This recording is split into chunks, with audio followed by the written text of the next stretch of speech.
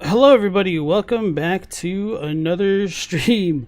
So what had happened was I had accidentally unlisted my stream that was scheduled for today, so if people were having difficulties figuring out what the hell is going on, that was definitely my fault. So big shout out to Scowleezy for being like, hey guy, your stream's unlisted. So sorry for the technical difficulties and the later than usual start for all of you catching it live. So, alright, the plan for today is to continue down to the fly-scent ailing village, then head down to darklight catacombs and check out Midra's Manse. Yesterday on stream, we more or less went through the ruins of Auntie, however you want to call it. We also did check out the Charo's Hidden Grave region. We fought the Deathbird.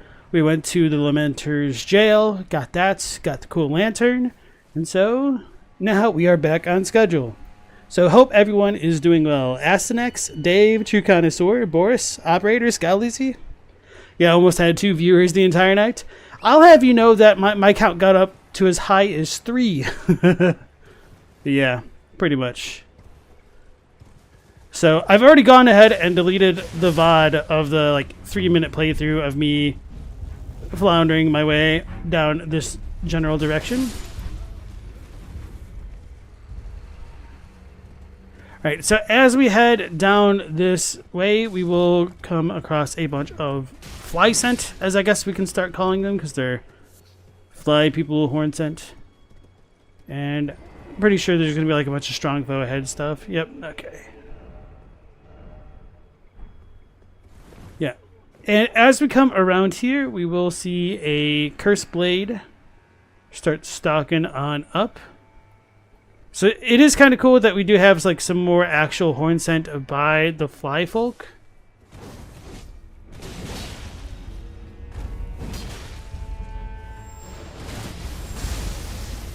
I didn't realize that would knock it down. I think the fly thing just died too. If I die for that...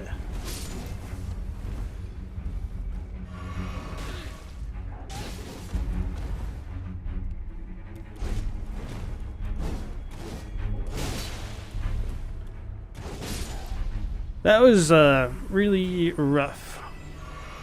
A lot of the buffered movements. It's kind of wild that they can grab you while they're dead. Granted, he probably shouldn't have been killed by me in that moment, but alright. So, we do have that Cursed Blade guy who is a Hornsent next to the Fly Folk who are also formerly Hornsent. Which, you don't really see that too much. You mostly just see the fly people around, like the little shades of Hornsent. So,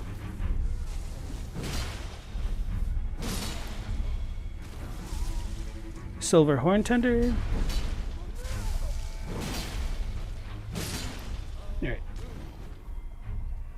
The area with the manflies is a pain. Yeah, a little bit.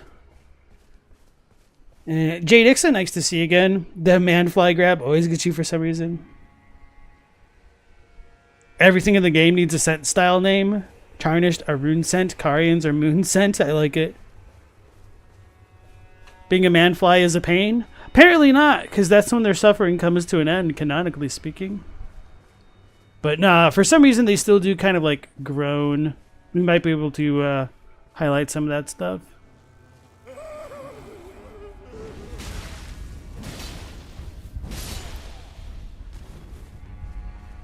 Wait, I'm making noise.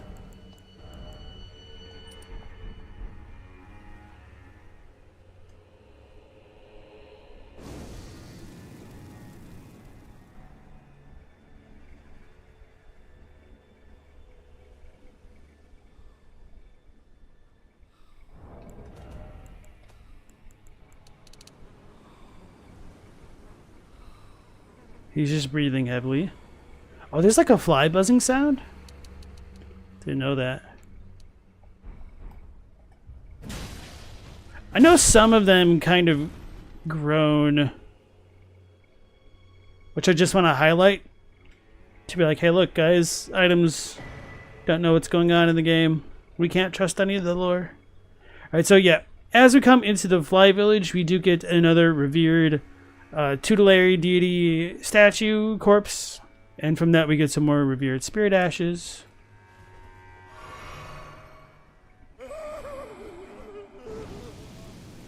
The feels when your pain is gone, but you're a manfly.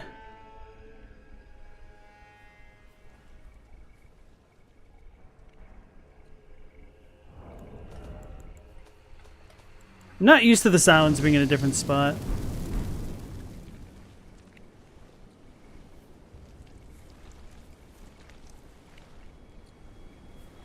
So these guys are just grubbing. Pun intended.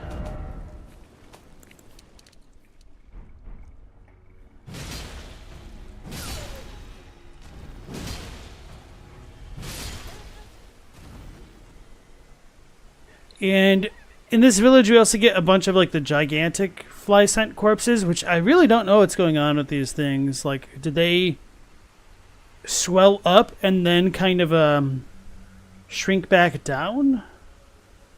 That almost seems to be the implication, but we don't ever see any of the like gigantic horn scent things. It's just probably for the best.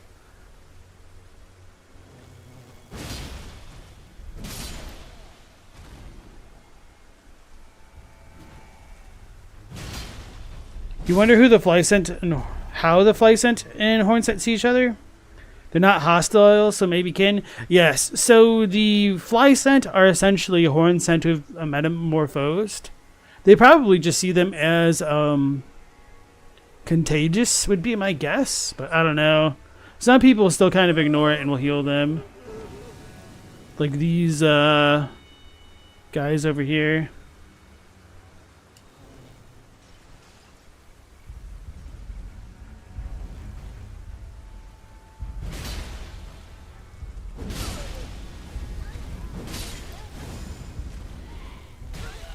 Oh, I forgot there were so many. Holy crap, the buff is real. Stop locking on, run away. There we go.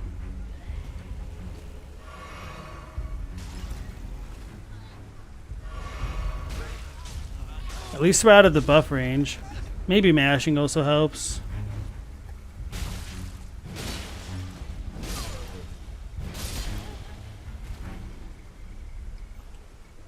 Of course, my weakness with this weapon is a gently sloping hill.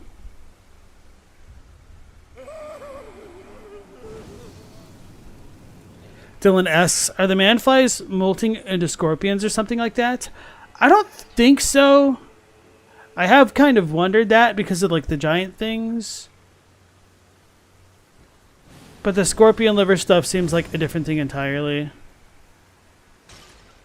So for whatever reason, the dudes who like accompany all of the fly scent themselves seem to lack the horns. And they use the blood flame incantations. I don't know if he will use Rancor at all. And how come we don't get a buff like that?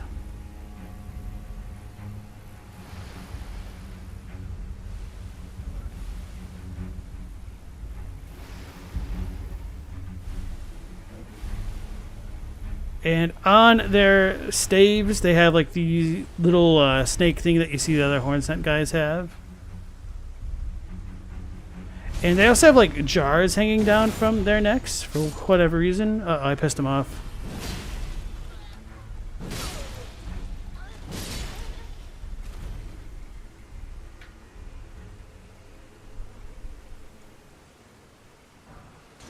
From here we get the manfly ashes, which will kind of explain all that a little bit more.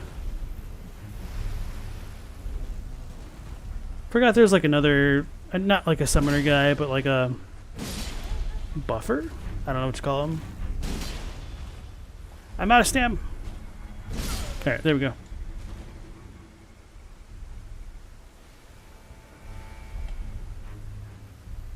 Let's try hiding and examining this guy. Hey, Iman, welcome back in. You saw a mod recently that turns Elden Ring into first person and it looks surprisingly cool. I think I've seen bits of that mod here and there. Don't they have to like upscale a lot of the textures to make that work too?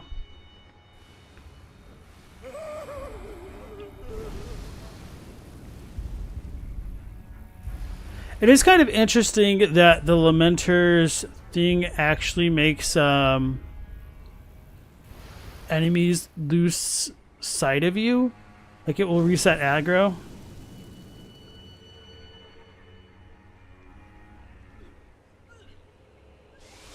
I was like, hey guys, look, a groaning one. No, he's just puking at me. Yeah, I pissed that guy off. Whatever. Might just give up on that endeavor. I was wondering if the blood loss is going to kill me, not going to lie. Hey, Safe Frog, how's it going?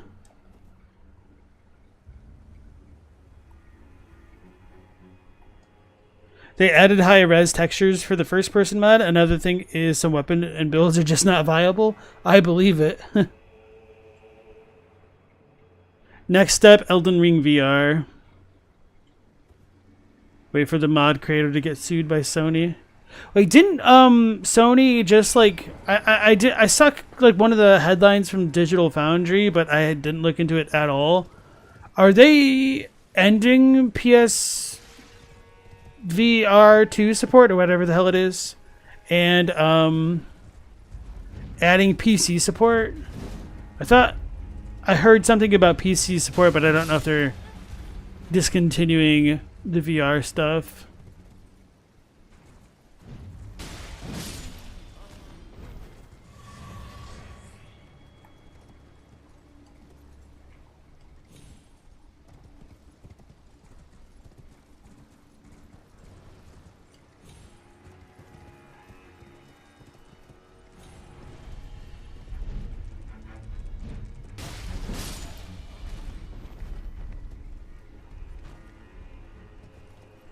Alright, so that's pretty much it for the Hornsent Village.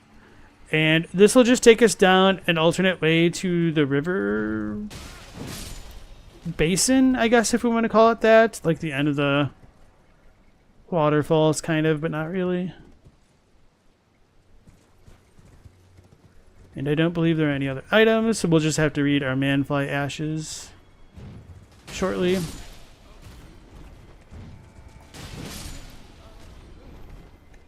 Scally's is going to wait till we get full bodysuit haptic feedback to do Souls games in VR. Gotta get the truest experience, where whenever you die in the game, you yourself turn into beef jerky.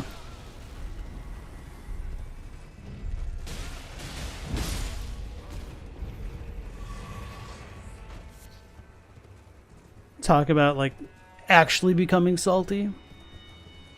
Oh, yeah. So this will bring us back down to where all the shadow militiamen were.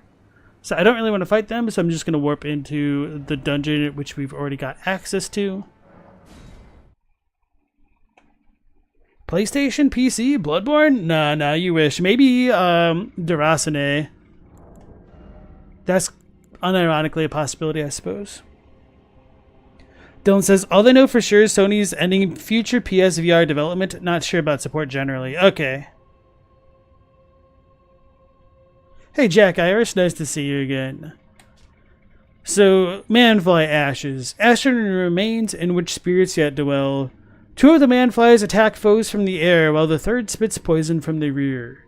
Afflicted horn scent eventually metamorphosed into a fly-like form. It was believed that the moment the transformation took place, they were relieved from their suffering. So, because some of the horn scent, or well, the fly scent, still kind of grown, I do wonder about the veracity of the claim that it's believed that they were relieved of their suffering, and so that could just be not entirely true and just merely a belief of the denizens of the land o' shadows.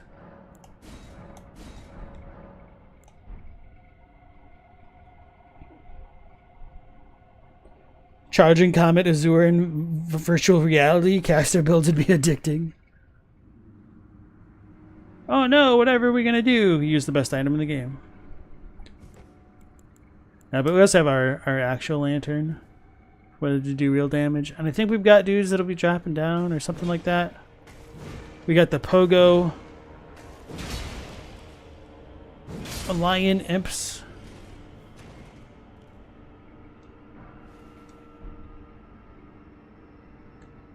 I gotta admit, the boss at the end of this dungeon was quite a nuisance without summons or blessings. So I'm looking forward to getting revenge in some of the more degenerate ways possible.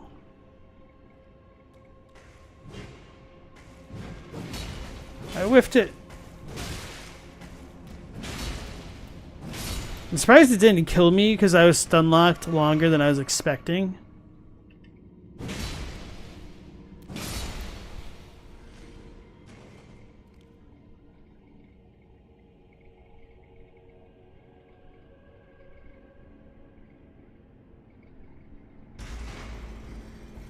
And I think this is the one we drop down. Oh no, that's where we get lights. Okay. Well, we can drop down here, I think. Oh no, it's over there. Okay.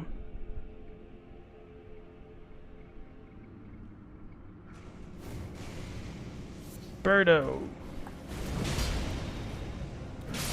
I'm sad we don't really get an imp helmet like that, which will allow us to shoot fireballs like that.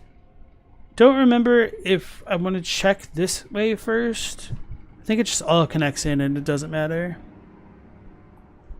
Is this the one with the big cannon guy? Yes, it is. And Corvinus, welcome on in. Is this Fortnite? Something like that. Yeah. Pogo imps are fun. Lore-wise, they're cool with extra vigor. Well, they do vigorously bounce around. Scully's asks, the hell is that lantern? You haven't seen it before? Okay, so there is an illusory wall in the Lamenter's jail. So if you go there, you can pick up the lantern, and it's probably, unironically, my favorite item in the DLC. Not necessarily, like, you know, amongst my favorite weapons, because it's not a weapon, but as far as utility things go, it's amazing. It is a stone lantern carved to resemble a lamenting human head, the eyes vacantly beaming out light. Can be raised up when equipped in the left hand, illuminating more of the surrounding area. The unusual expression somehow imparts a sense of contentment, the languid ease of one who needs not sight. Unique skill, Blindfold of Happiness. Swing the head while covering the eyes, unleashing a wail of lamentation while temporarily making the user of this skill harder to see. To those who seek happiness, blindness is bliss. So this will actually like make enemies drop aggro against the player if they use it. You become invisible. I think that guy can still see me though. Oh, maybe we can get a look at the baby?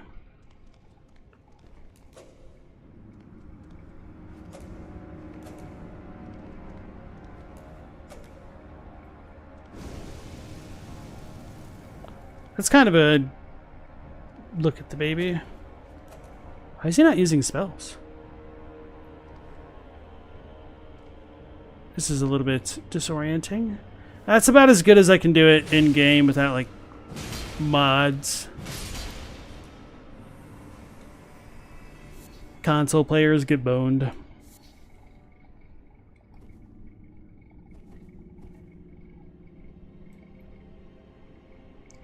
So it was worth it to go around the long way. Well, I guess I didn't even need to come back this way, but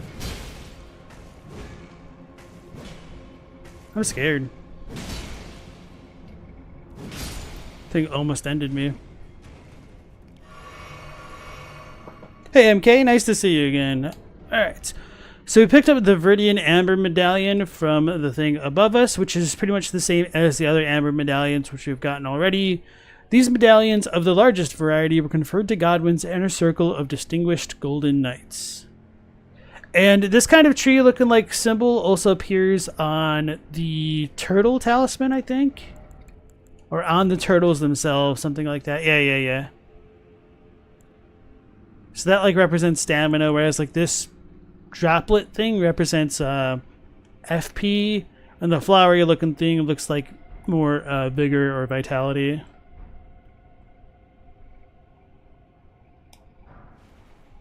Grave Glovewort Tier 1. Alright. This is Sayfrog's favorite place to invade. Nice. Jake Peterson, nice to see you again. You want that imp hat so bad. Jack says, do I think taking it down Mikola was the right decision, or do you think we just made things worse than the lands between? I tend to think that right and wrong are kind of arbitrary in the FromSoft games, but I don't think Mikola was as benevolent as he himself believed. So, in other words, it's definitely the right decision to kill Mikola and choose the Lord of Frenzied Flame ending and let chaos take the world. Now, probably a lot of that does depend on what ending the player wishes to choose.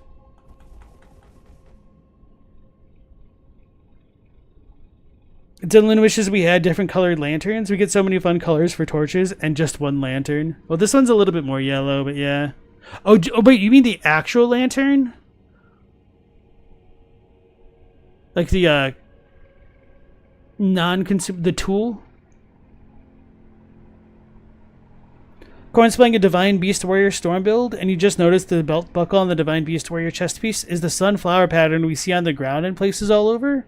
For instance, on the bridges in Kaled and Fair Missoula. I will need to look at that. So, I don't have the Divine Beast Warrior chest, so I might need to farm that. Because that is pretty intriguing.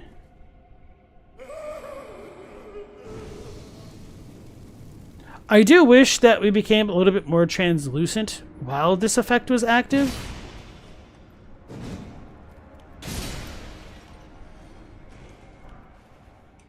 Ghost Gloveworts. Oh Lord, he saw me. So it was a good thing that I had used my lantern.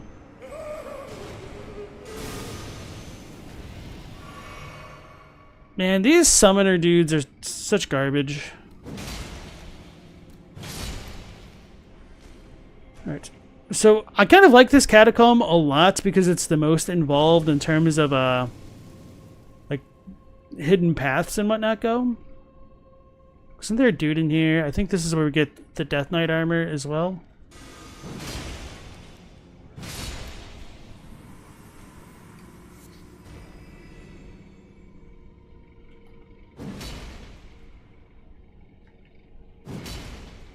think I can get this. Nope. Alright.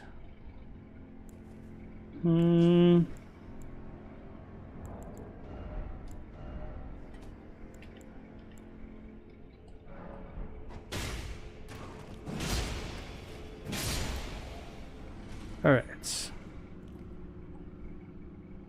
So we got the full Death Knight guy, just corpse. That's really nice, because they normally just do, like, commoners and stuff. So to have, like, a full-on unique corpse is refreshing. Death Knight helm, armor, gauntlets, and greaves. Hey, Elden enthusiast, nice to see you again. What's my favorite FromSoft sword? That's a really good question.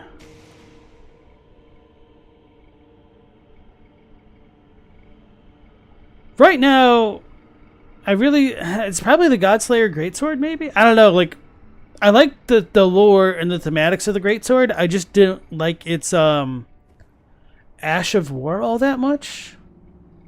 Or its weapon skill. I do really like the, Ancient Meteoric or Greatsword. Oh my god.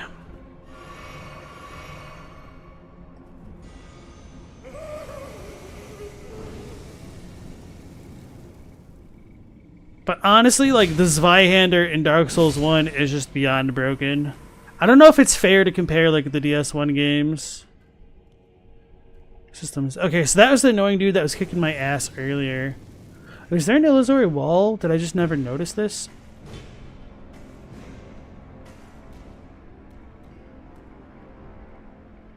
I'm confused.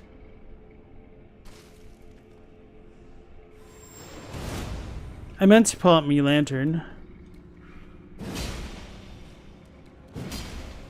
Do you have a favorite by any chance?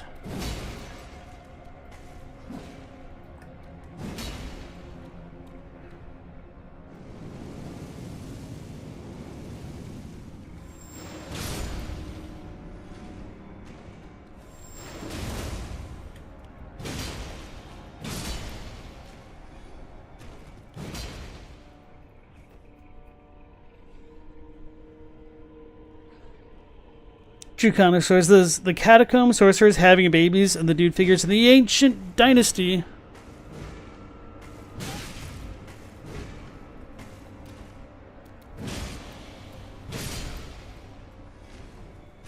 How did he sneak up on me so close? All right. And the dude figures in the ancient dynasty stele seem to be holding babies as a thing. Wait, what dude in the stele is holding a baby? I don't recall that. So this will probably just bring us back to the top where we first came from. Jay's favorite is the Claymore, not sorry. Which game's Claymore?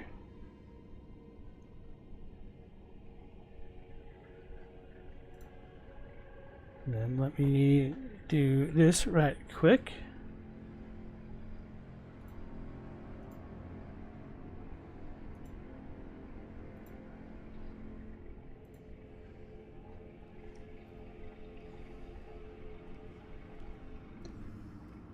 The Death Priest and the Catacombs are the what? Oh god.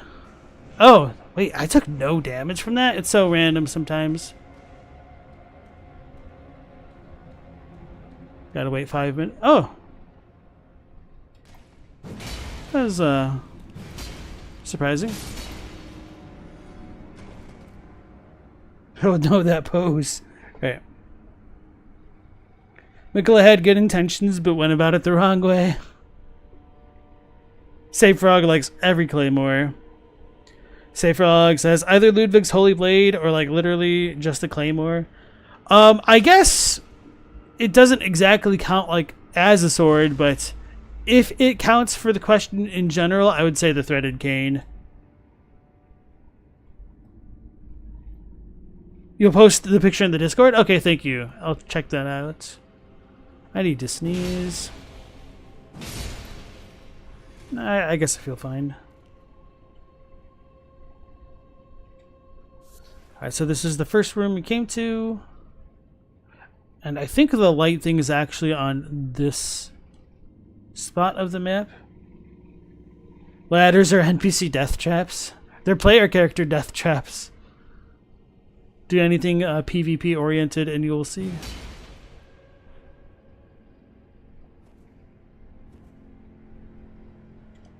Oh, this just brings us back out this way, right? Or I thought there was something else to do with it.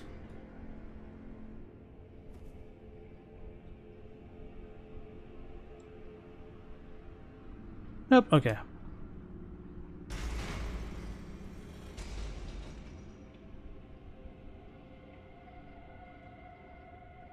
I thought this was the way forward, so that's why I was avoiding it.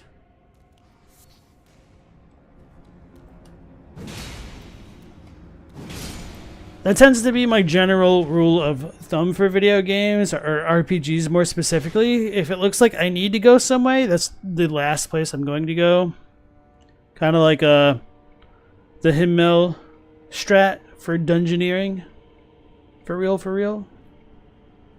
And then wasn't there another spot to drop down that way? Okay, no, that's where we came out. Oh yeah, so that's part of why I like this dungeon in particular.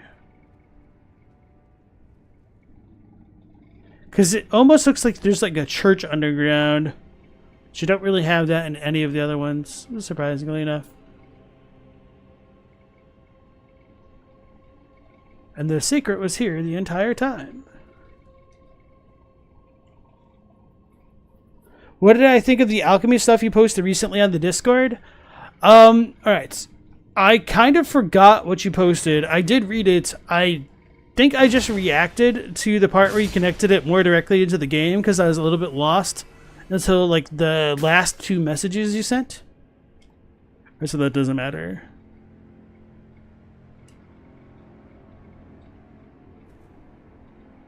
But I mean, I'm going to be real with you. I just kind of hate the whole alchemy stuff in general, trying to tie it to the game. It's never felt as impactful to me as I think other people feel it is. Hey, Rhinus, Iris, nice to see you again. Or is it Renus Iris? I'm most like going to combine the pronunciations of both words. The threaded cane and claymore have that R2 thrust. Yeah. Man, I really wish there were trick weapons in Elden Ring. Could you imagine if we got trick weapons in the DLC? That would have been amazing. I was kind of holding out hope and wasn't entirely surprised that we didn't get it.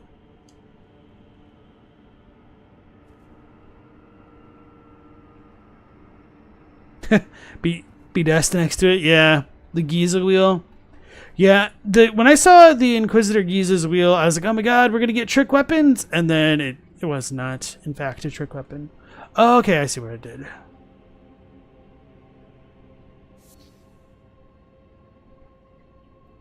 How did they die there?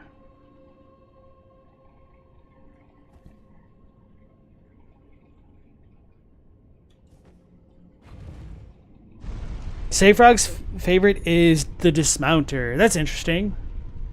That's one that you get pretty early, and I haven't messed with it too much. Mostly because I think instead of using the dismounter, I was more likely to use something like the what's it called? The Lord Sworn Greatsword instead. Oh Lord, it coming! And firing at laser. I rolled the wrong way.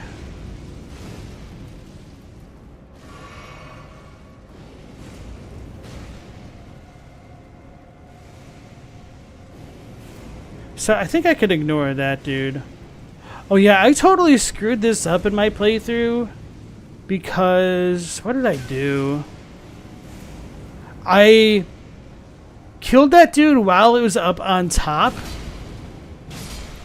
and then I couldn't reach the item that it dropped, so I had to reload the area, and I think I had to kill it again, actually.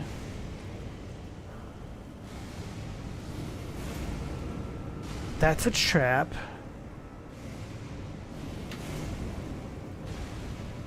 Oh wait, no, that isn't the trap. I think that's where the lever is after all.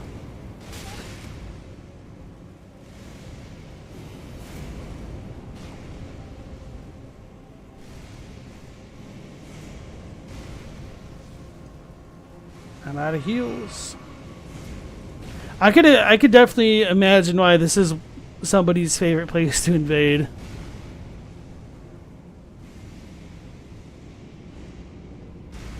Or is this just for lights and it doesn't matter? Okay, no, it does do that.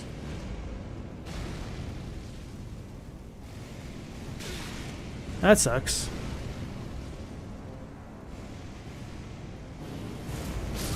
I tried to roll. I was just a little bit delayed on that.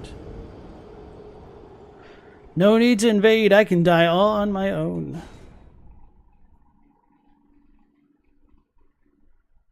This mounter took save Frog all the way from Limgrave to Radahn, and you loved every minute of it. How long did it take you to fight Radahn? Because I can imagine, like, it could be, you know, relatively quick or a really long time.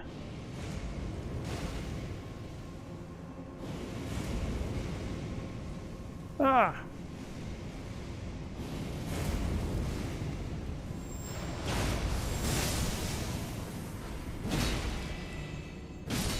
Not so tough without your platform, are ya? Yeah, jerk. Great grave glove grave. Great ghost glovewort.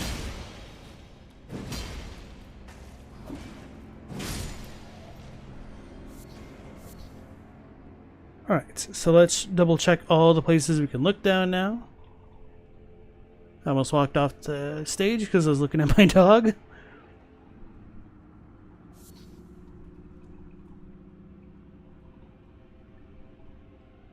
Alright, so Elden likes to look at the alchemical stuff through the hermetical lens.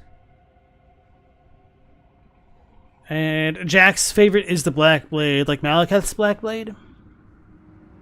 That's a pretty cool weapon. I wouldn't be surprised if a lot of people also really like the Blasphemous Blade. Can I land that? No, that's just a death trap. So we still did pick up that Death Knight armor, which I haven't read yet. I know. Got one swing in every 7 minutes, but it still worked. What about my runes? What about them? Alright. I thought there was a spot to jump down in this area. Maybe not.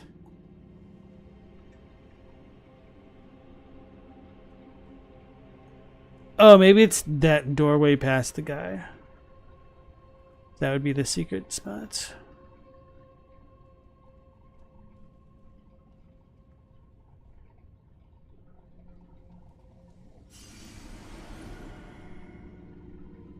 I didn't miss no item. I saw it. I was going back.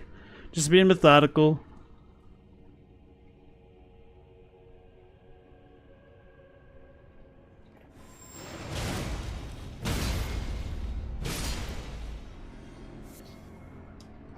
Right.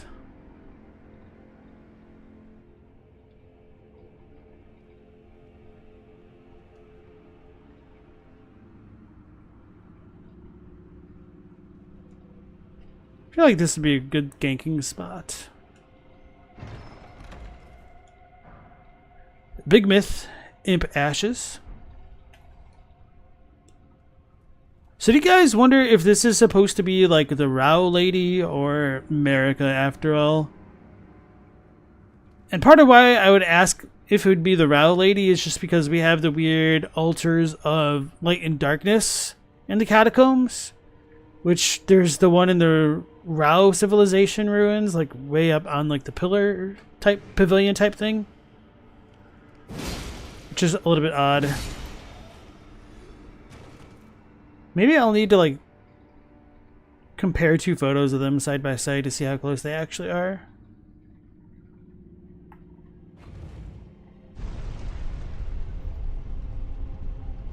Hey bro from the moon, nice to see you again.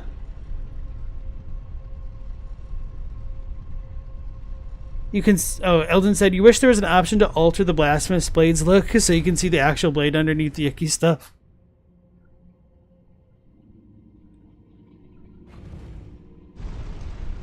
Or having like two variants of the blade, that'd be pretty cool too, yeah. Me using all my summoning pools. So now we're going to fight the Inquisitor Brigade, essentially, Jori and whatnot. So before that, let's go ahead and read the things we've gathered. I don't think I've actually really been keeping up on the Shadow Realm rune thing, so maybe I'll read all 5 of them or something like that. All right, anyway. The spirit of this old imp, said to be fashioned after a dragon, has a big mouth that serves as a cannon and allows it to fire shells from the rear of the battlefield. This is one of the spirit ashes which I'm the most curious about, because it seems like it could be either amazing or completely useless, and probably one that has like no room in between those. So, Death Knight helm, armor, gauntlets, greaves. Golden helm of the Death Knights, whose own death masks served as the vizards of their armor. Enhances skills and incantations of the capital's ancient dragon cult. The decayed golden wheel that adorns it represents their unbroken loyalty to Godwyn, he who became Prince of Death. Now this makes me wonder if there's meant to have been any connection between like Giza's Inquisitor wheel and Godwyn. That'd be one hell of a twist, wouldn't it? Did I? Okay, yeah, no. So, these knights, once Godwyn's personal guard, quested to find their transfigured master's cadaver surrogate for the coming age of the Duskborn. So, as far as the term cadaver surrogate goes, the Japanese is like wakemi, which is like divided body, essentially. So,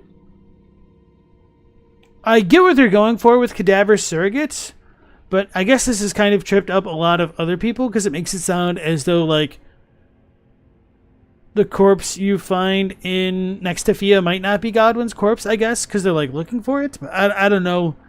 That's not the view that I had, so I can't really talk about that too much, to be honest. Oh yeah. And all of the other bits of armor say that they're adorned with an antiquated depiction of the Erdtree. I still haven't taken my free cam out to actually check what that looks like and compare it to other things. So let's just try to do a quick look here if we can. Which, I don't really know. Can we alter this? Oh yeah, and somebody had posted a picture either on like Twitter or somebody posted a picture on the Discord. Maybe it was from Twitter originally, trying to reconstruct the image of what's on the cloak, and it could just be like a Death Knight soldier with an axe on the left side, but too much of the cloak is missing to get like a really accurate representation of it. Have I ever played Shin Megami Tensei? Yes, absolutely. I've played a decent chunk of them. I've played SMT 1 almost completely through, but my game got bugged in the final dungeon, which sucked. Then I played like a very small bit of SMT 2. I'm talking about the Super Famicom versions. And then I played Revelations Persona on the PS1 when that came out. I played the PSP remake of it, which I wasn't as much of a fan of because of the soundtrack changes. Then I've played SMT 4 and a bit of Persona 2 and 3. Oh, and then I platinumed like Persona 4. And I played like 40 hours of Persona 5, which means I like probably just finished the tutorial. And then I kind of like lost interest in it because I wasn't as big of a fan of the battle direction that they kind of went in with that series. The +1 type stuff. You guys, do you think that one statue could look like the Rao lady? Doesn't really have America aspects. Jumping the fatties is Pugu terror. Okay, man. Jake Peterson doesn't think it's the Rao lady. You think she predates America and the Horn Sense Society. There's a Millennia cheese with the big mouth imp ashes that just keeps her in a loop. That's awesome. Hey, Almo, nice to see you again. Is the cadaver surrogate the Death Knights are looking for maybe Fia? No, I don't think so. So, the Wakemi are essentially the visages of Godwyn that we see at the end of the catacombs with the Death Knights. So, it doesn't mean like a cadaver surrogate as much as it just means like a clone, kind of like a divided part of Godwyn, because he just like keeps growing everywhere as Deathroot. Yeah, so Operator, as you were asking, they are kind of looking for the mermaid faces. So ideally, if they were actually looking for the quote-unquote divided form of Godwyn and for the coming Age of the Duskborn, they may have been trying to track down the curse mark of the centipede, whatever it's called that D ends up getting. So it's kind of interesting that they are like D to an extent, but like the opposite side of the fence. Yes, True Connoisseur says the cadaver surrogate Japanese is more like divided body. Yes. And then Buzzgut, welcome on in. Mercy, nice to see you again. Asnax actually likes the +1 system. It rewards strategic fighting. Well, for me, like the +1, it makes it become either too trivial or a little bit too tedious. Like, I like the difficulties of the earlier games without it. I thought they were fine. They're pretty punishing. And you still had to pay a lot more attention to, like, enemy weaknesses, status effects, and stuff like that. Until you, like, broke the games, but yeah. Bro said, isn't the Rao statue lady just Ramana? That's what you thought? I don't think so, because the Church of the Bud does seem to be more of a recent style of architecture compared to the Rao ruins, so I think those statues predate her.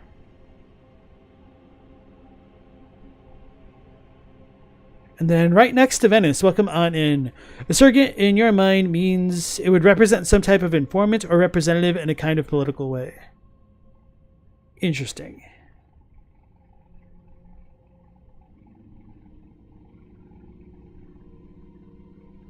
Okay. So, setting all those aside, let's go ahead and go into the boss battle. And now that we got the Death Knight helm, I might just like change up the fashion because it's just too cool not to use almost. Actually, that's a lot better than I was expecting for putting literally no effort into that choice.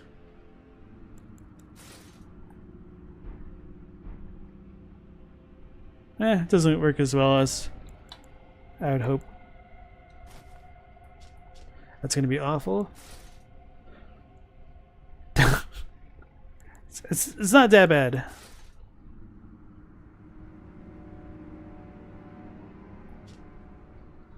Alright, I'm just not going to mess with it too much. I was fine with what I had.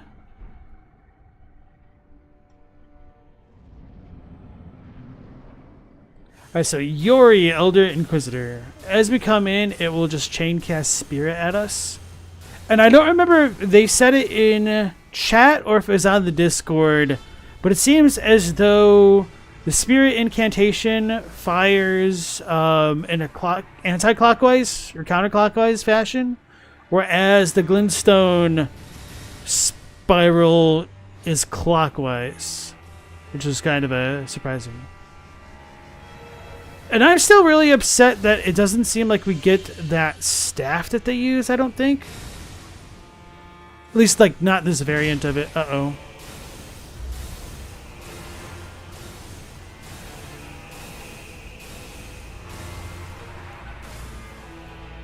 Right. So you can use a lot of these tombstones to cheese a lot of their projectile attacks until the fat dudes get spawned in and start breaking them.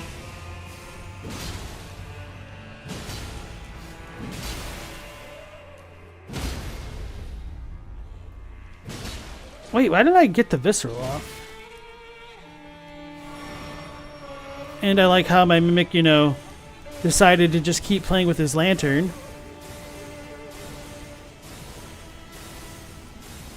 What is this guy doing?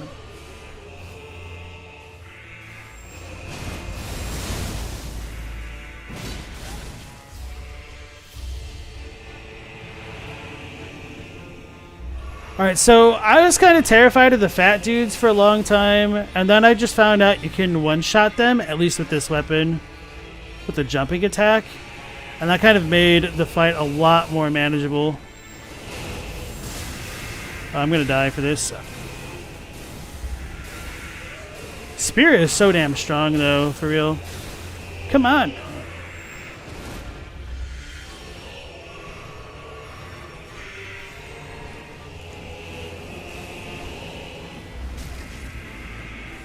And so the fat horn scent dudes almost seem to cast storms of some sort. I should have jumped over that, I think. I was trying to jump.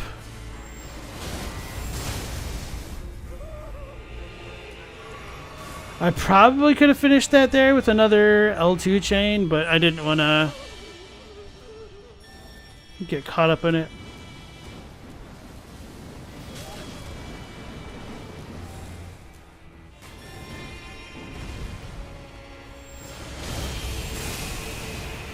Alright, I was right.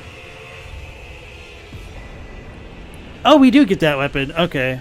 So, I don't think we get their daggers or their banana boat torch things. Okay. Barbed staff spear.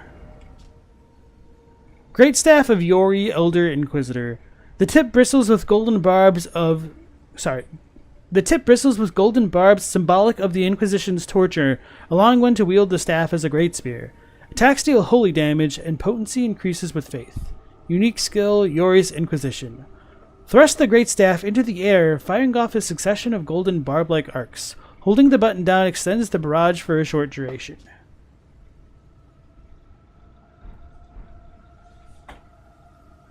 Alright, Mimic is so useless. It's not useless! Next time I'm going to need to remember to remove my little lantern, though, because that made it useless. You love the Faram drip?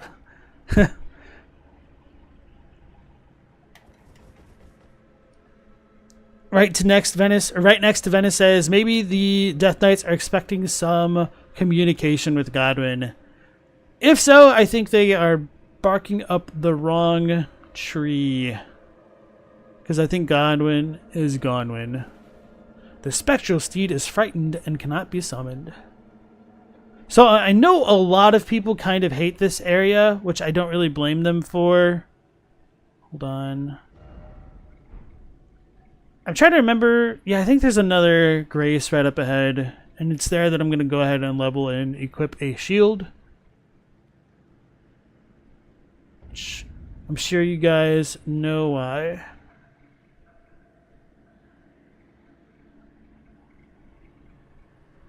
So we get some actual dev notes coming up here. Don't let it see you. Once you are seen, there's no escape. It cannot even be touched. So I am a little bit salty that the devs go that far out of the way to make it seem like you can't do anything about it. And then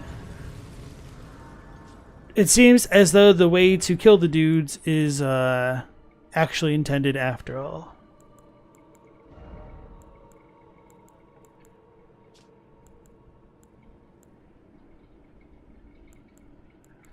I guess we could do the buckler. I don't have the buckler. Okay. Blue crest heater shield will work.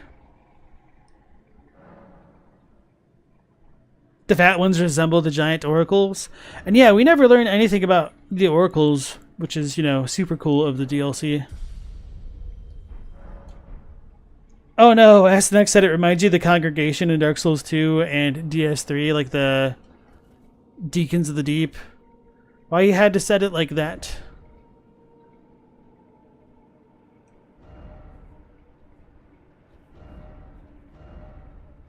It's kind of interesting how evenly spaced out they seem. Alright, Visions of Madness. So speaking of Visions of Madness, as we look at the... Oh, we get Madden going right next to it? I didn't even know that was a thing. As we look at the animals, we can see that they have frenzied eyes. Apparently approaching them. Wait, what the hell? Why was I getting maddened a moment ago? Is that just like a random Bloodborne style Winter Lantern attack that they have?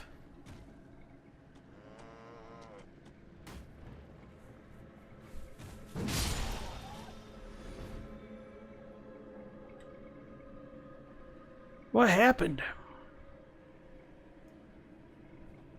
I'm confused. Alright.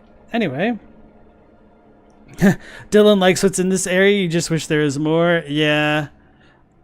I really like the thematics of this area and just how different it is from the rest of the game and pretty much all of their other games in the series. but it does leave a little bit to be desired. Especially because you can't even, like, mount Torrent after it's all done. So he's wearing a Grave Bird set, the Matting Hand.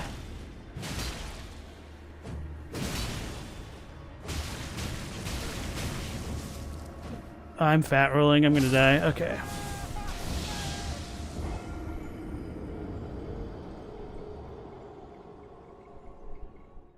I knew I was fat rolling, I just didn't think to fix my situation.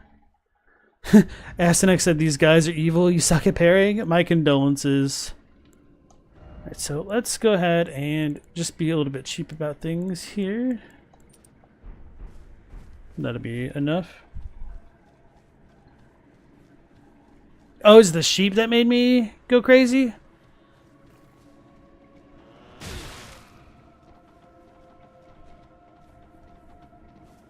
But why if I'm just standing next to it?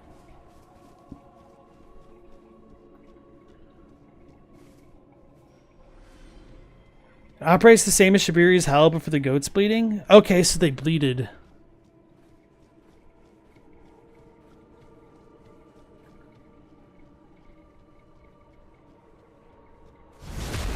Drove Dylan crazy trying to figure out how to get to the backyard of the Manse.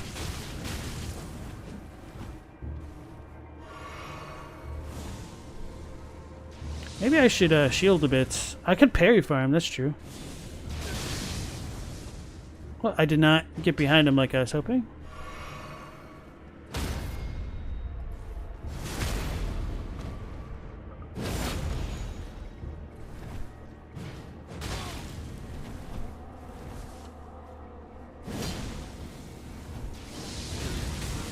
Oh my god. Alright, rip my runes. So I'll just need to be aggressive.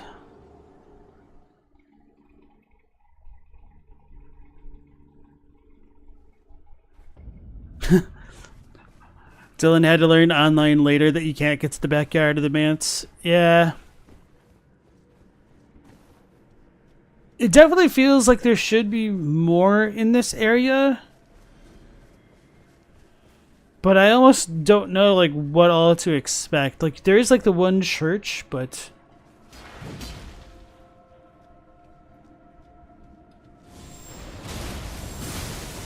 Anyway.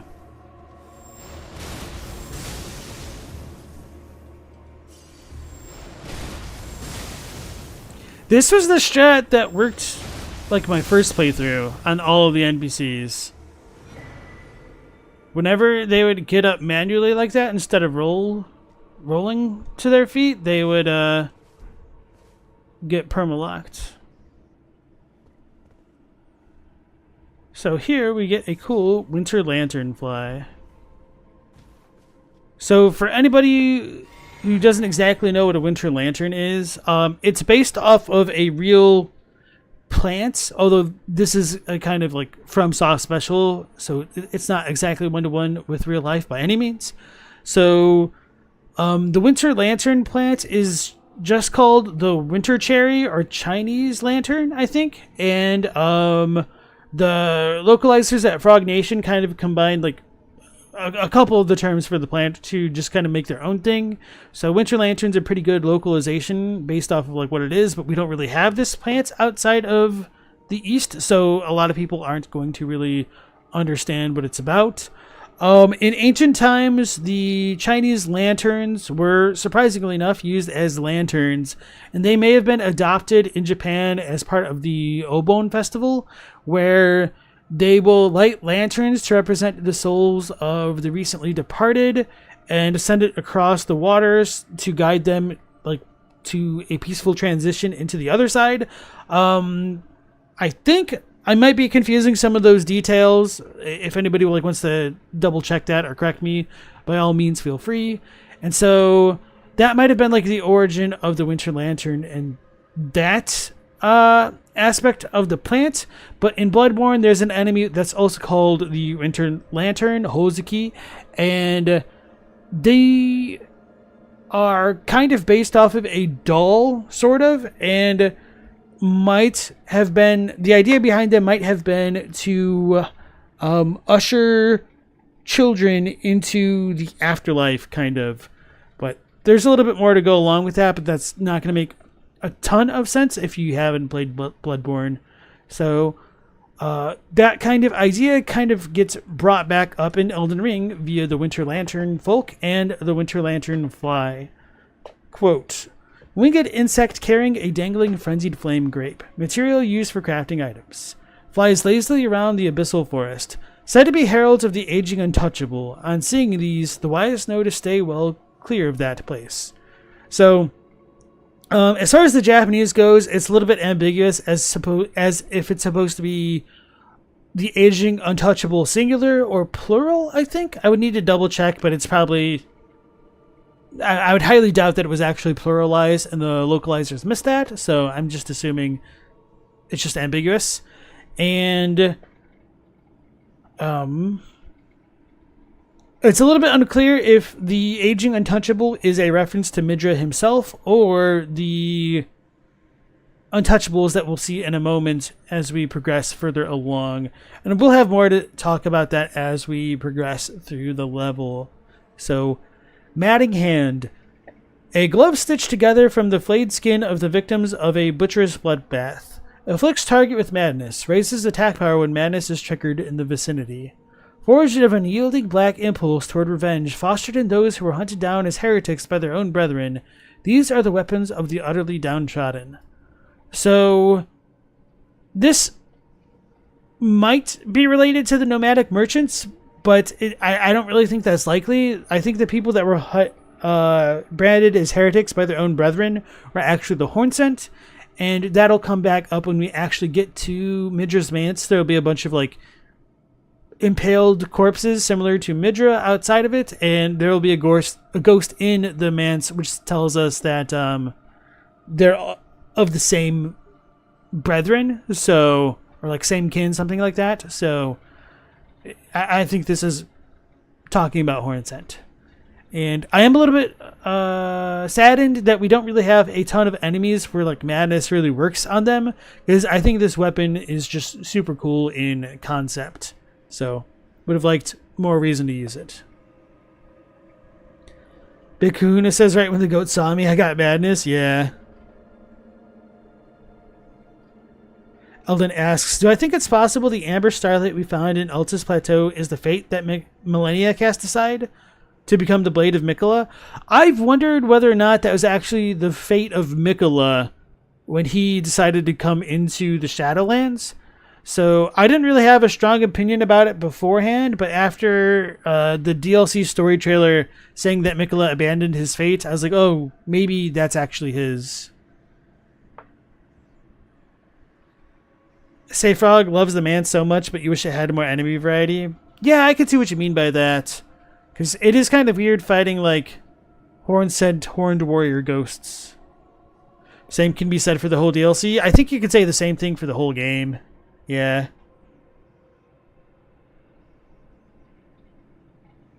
And Chawai said there are Chinese lanternflies in your area. Invasive species. Don't know if they're connected. Chinese lantern flies or like Chinese lanterns, because I didn't know if they were like actual flies called that or anything. And then, hey Stella, nice to see you again. Real lantern flies are really pretty tough. Are really pretty though. Okay. The Torn Diary page, which is the item which tells you how to parry the aging untouchables found in the Manse, calls them untouchables directly. Thank you. You wish the Winter Lanterns had a lullaby like in Bloodborne? That'd be amazing. Definitely add to the tension. Alright, so as we progress further, there's always going... Not always, but there's going to be a bunch of Frenzied rats. I think mostly because they already had Frenzied rats in the base game, and needed to fill some space. So, like I was saying, I do really like this area. It's very different from everything else in both the base game and the DLC, but I think it suffers quite a bit from being too big relative to what it contains, which is Sag. So this is pretty much going to be the only real point of interest for this section of the woods for the most part.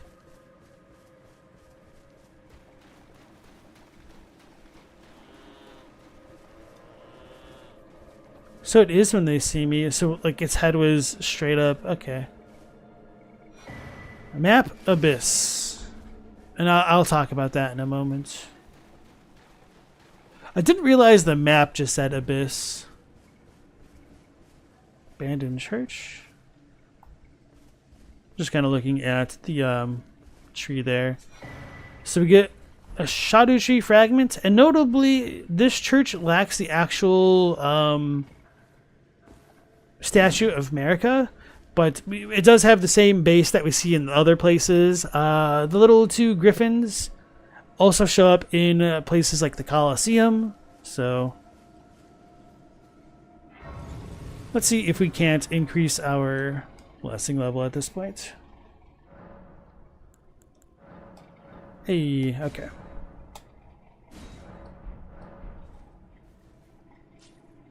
They are flies. They don't look like any other fly, though. Very big like moths. Red and black spotted wings. Interesting.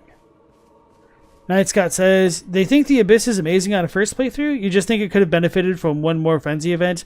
Like if the wildlife slowly got near you and all tried to proc Frenzy. I was thinking even if they had like another building or something like more lore relevant going on.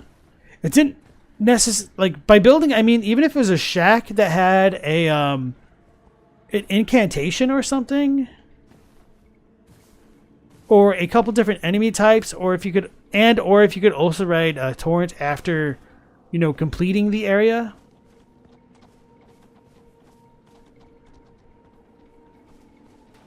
Because it's kind of annoying trying to jump up on all these cliffs to get relatively negligible items.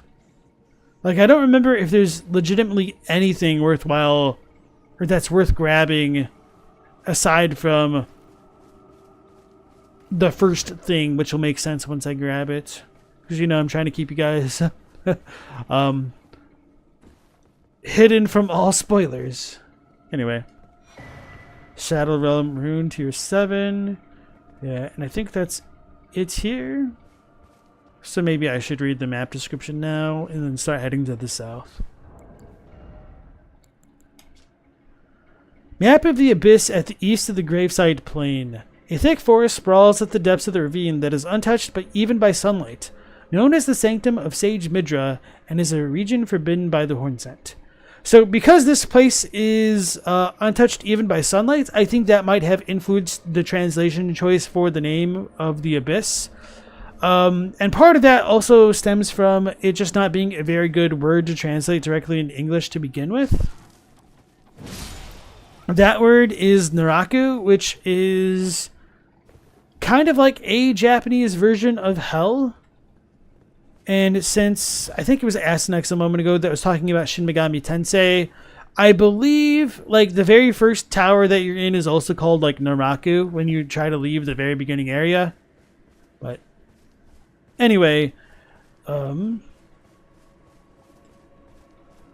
yeah, so the important reason why I bring this up is because some people have wondered whether the Abyss and or the Abyssal Woods in particular are meant to tie into the way that Mesmer is said to have like the abyssal serpents in his, or serpent in his eye.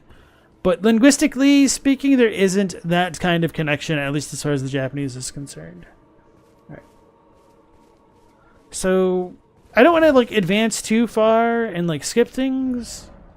So I'm just going to actually go back to this site of grace and then head toward the Untouchables. No, I've not seen the mod which turns Torrent into a jar horse. That sounds awful. Yeah, so Say Frog was just asking if they'd like to know if the Abyss here is the same as Mesmer's Abyssal Serpent. Unfortunately, no. Which I say unfortunately, but I'm actually kind of glad because I think, I don't know, it would just feel really awkward to me if they were meant to be connected this way. It's tough though, because a lot of Elden Rings about the majesty of colossal space. You guess they did their best.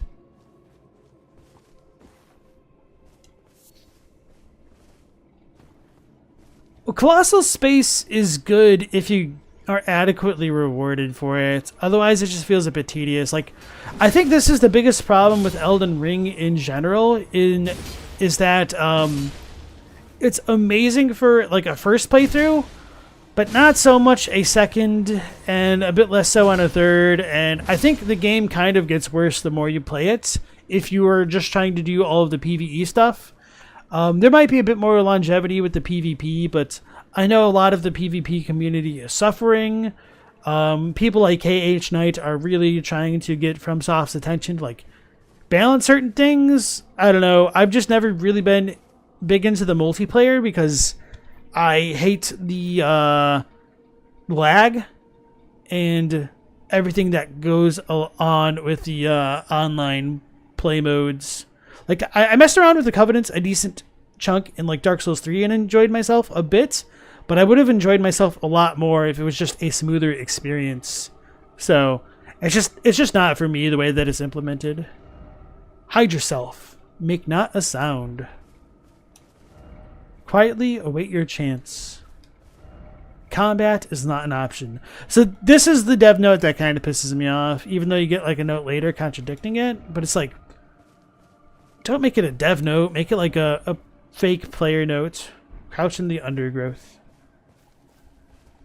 Bro from the moon's a PvP enjoyer? My condolences, bro. An Impact player, and welcome on into the stream. Yeah, Naraku is one of the 16 hells, if you remember correctly. I don't remember all of the particulars about that, because there's like... I don't remember like what's Shinto versus what's Buddhist, or like what's the hybrid between them. I think Naraku came after Buddhism was introduced to Japan, and is like a hybridization of the two religions. And like I've like looked into this stuff independently at different points in my life, but never really had too much reason to fully commit it to memory. Like things like Naraku, Yomi, Nei no Kuni, Tokyo no Kuni, etc. And then Meow Laser, welcome back in. Do I think No America statue means the churches were there first and repurposed by America? Hold on, let me reread that. Actually, let me hydrate real quick.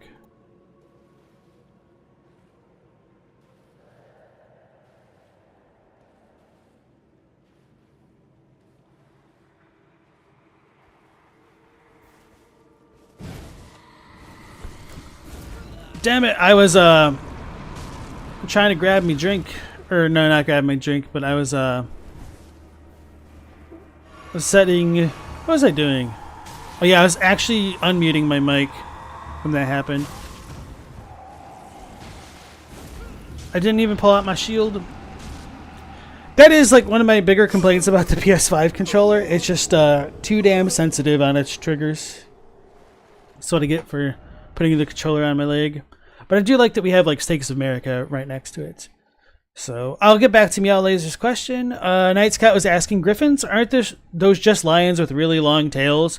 So I've actually found the sculpture or relief statue, whatever you want to call it, that the engraving that has that depiction at the base of the America statues in real life, and they are actually called griffins on that thing. I think I might have the bookmark for it.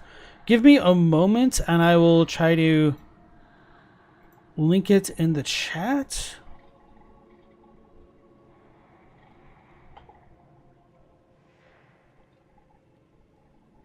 Okay, yeah, I found it.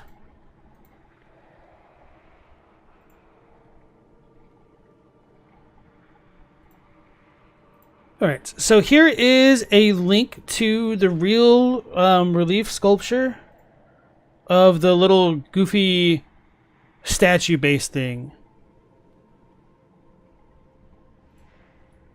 And then if you like click the picture on that website, you will it'll get enlarged. So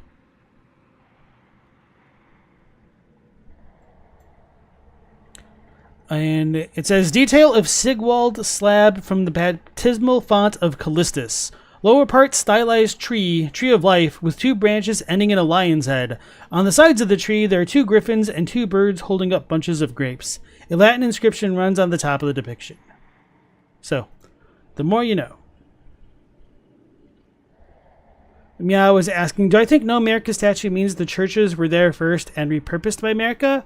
I've long suspected that about the churches in general. I'm not so sure about that one, but I think it's kind of interesting that this is kind of a purely Hornsent type area. And then it worked out. Okay, I could have played that better.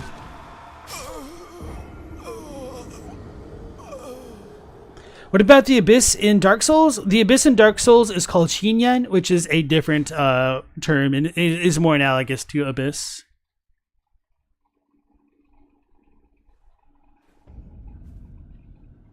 The cooler the area and the DLC looks, the emptier they are. That's kind of true when you phrase it like that. Now that I think about it, because we've got the Cerulean Coast, the Crimson Coast.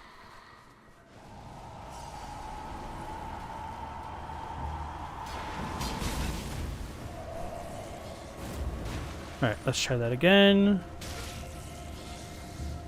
Get him to whack at me. Okay, I was too slow on that.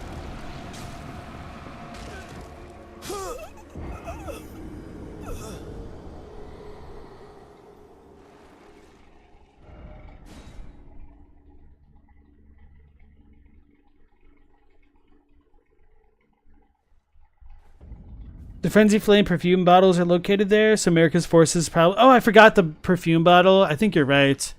Yeah, I think it's behind the statue now that you mention it. I'll probably need to go back to that area.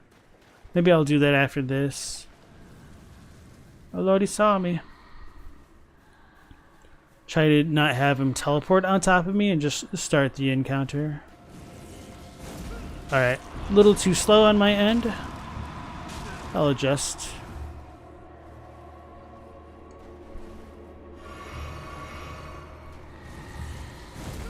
Okay, too early?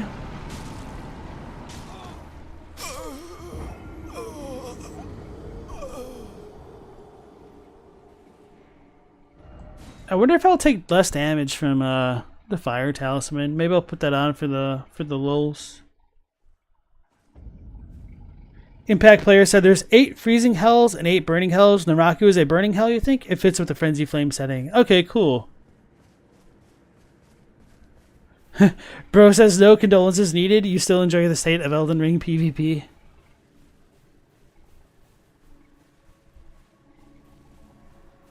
It's funny, V-Limit and I were trying to play each other in Smash Bros. The other day. And it just sucks when you have connectivity issues. Alright. We got it. The Aged One's Exaltation. A talisman depicting the exaltation of the aging untouchable, whose head resembles a sprig of ripe grapes. Raises attack power when madness is triggered in the vicinity. Quote, gift your madness to our Lord. Bless our brethren with grapes. Take care that they fully ripen. So I like this stuff a lot, and I'm a little bit salty we didn't have any stuff that was this cool relating to the Frenzied Flame in the base game. Which, I mean, I'm not like all that salty about it, but it's like, man, this is such a cool concept. This is like one of my favorite areas in the DLC because of this. And then it's just kind of it. Oh Lord, he's seen me. Oh Lord, they've seen me.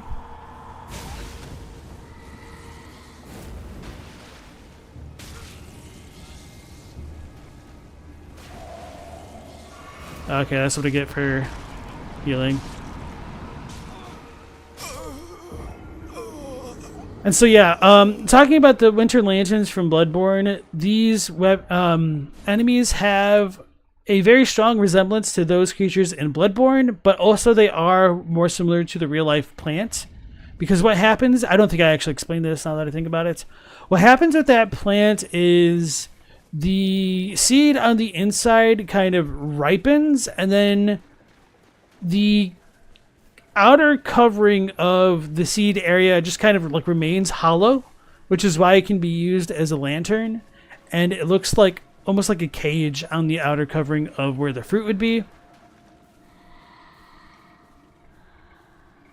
So that's kind of like what's going on with these things. So when the head shrinks down like that, you can see the outer cage. It looks very similar to the actual Chinese lantern plant. Oh, that was faster than I was expecting it to do it.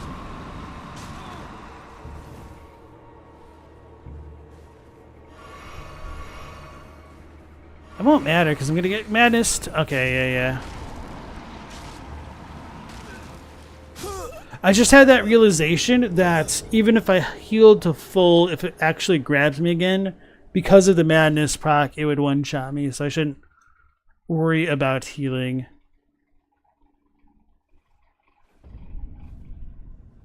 Night Scout says that's definitely the inspiration for the pedestal base, but the ones in Elden Ring actually look more like lions. Almo asks, do I think the lion guardians were divine beasts spared from the hunt? Favoritism with Godfrey? I don't know if they were spared because their horns had been cut off. But it wouldn't surprise me if they did have more like storm-like attacks before. It does kind of suck that we don't get a stormy variant of them. Oh, I felt like that was a good one.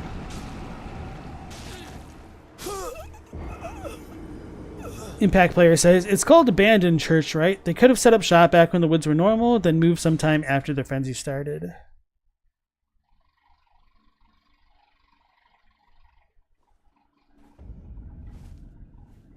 You like how the glowing head pushes through the outer cage and creates a bunch of eyes? Just true body horror. Yeah, so honestly, it kind of takes away a lot from the experience talking to you guys in chat about it. But I mean, once you like go through this area, it just becomes a bit more tedious. But I was really excited to come here my first playthrough. It's like, oh my god, they have winter lanterns, but different and scary and like cosmic horror-y. Alright, so it might do a fast grab. Nope, it's gonna jump at me.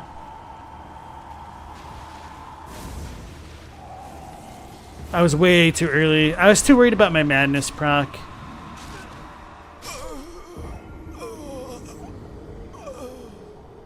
This will probably be the last one that I kill. Just because I want to get the item, even though we'll pick it up later. But just to show off that you only get a special item from killing the first one. And I think there's no real reason to kill the others unless you're trying to farm for craftable materials. Which is, I think... the item that you get from it is limited per like new game cycle, which is hot garbage to me.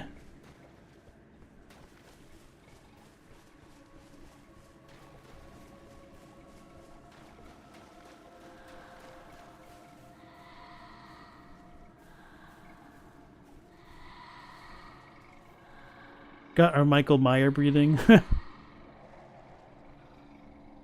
I do like how the actual inner part of it resembles the Eye of Sauron frenzy flame type thing going on though. Hey, got it. Okay.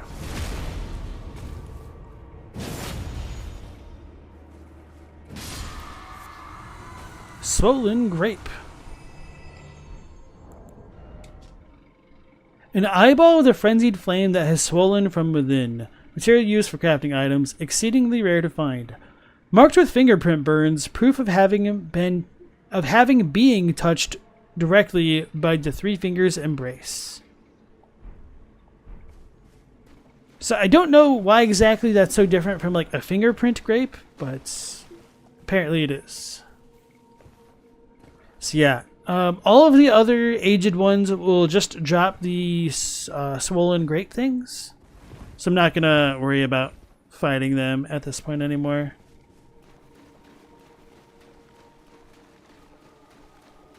But the cool thing is that they don't respawn, obviously.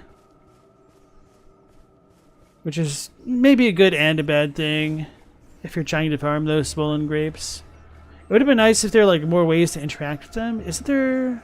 the site of grace over on that end of the lake. No, I don't think that's where I actually need to go.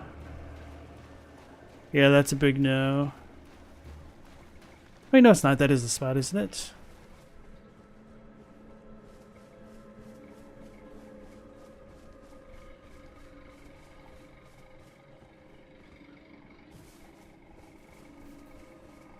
Is this the first spot? This is the first spot. No, it's not. Aha, okay. Okay, that's where the lake's gonna be.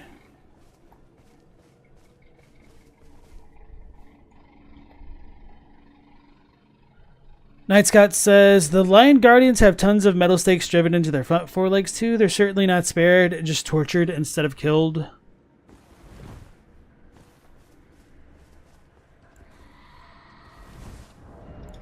Let's put our lantern back on.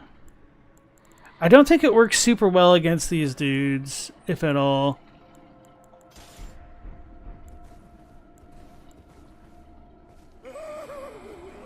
Because I think they have like extra aggro vision. Yeah. Oh wait, no, it does work. A little bit. Uh-oh.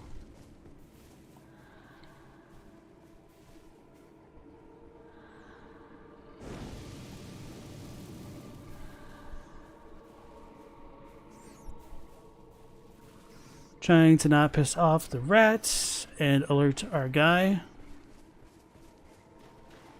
Oh yeah, I guess we haven't talked about the actual environs of this place. We see it's all this kind of a dull goldish yellow and has some suffusions of red to tie it to the Frenzied Flame. We've got like Frenzied Flame stuff suffused into like the rocks as well. We see it in the water even.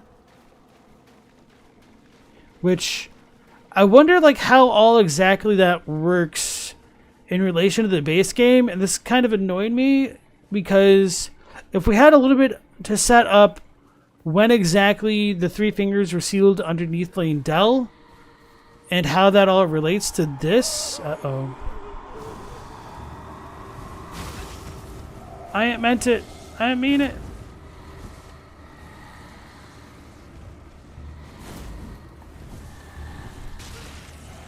Please. He missed.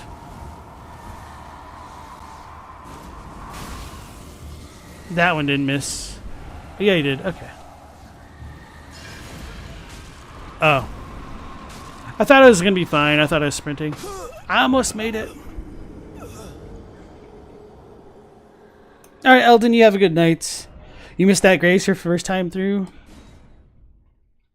Yeah, killing all of them makes the area feel twice as empty. Probably even more so than that.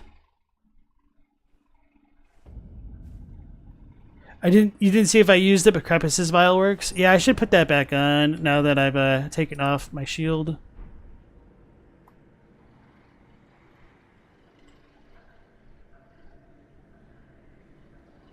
It is also a bit silly to me that most enemies don't care if you have like an extra source of light while you're trying to be stealthy.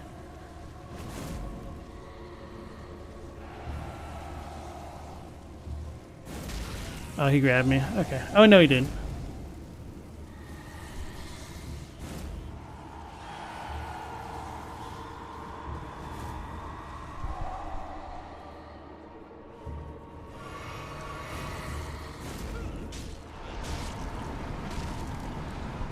The funny thing is I thought I was fine and I was about to taunt him.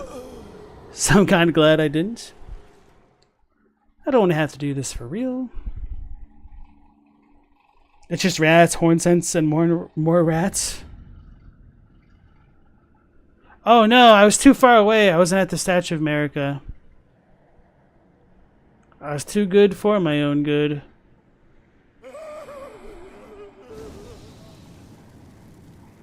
Do I think there should have been another three fingers down here? I don't necessarily think of that.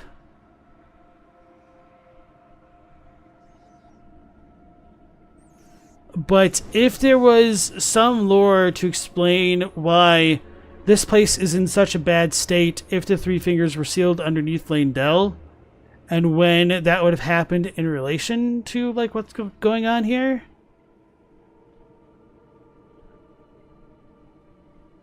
Because it would have had to have happened before the land was sealed, right? Or is there some kind of metaphysical connection that's just not expanded on? That seems the most likely scenario, but what the hell do we know about that? So I think I want to use the lantern in this bush. And then just kind of hoof it.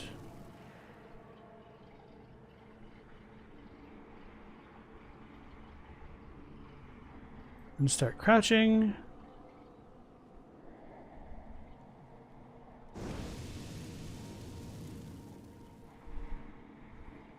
I think if I use the lantern, they'll freak out when I'm this close, because they'll probably hear me.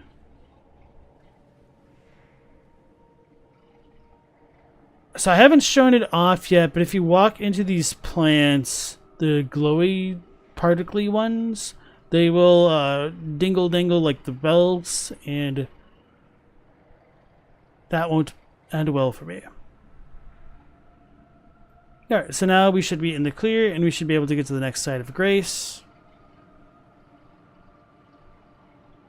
And be able to proceed on into the Manse area after a decent journey.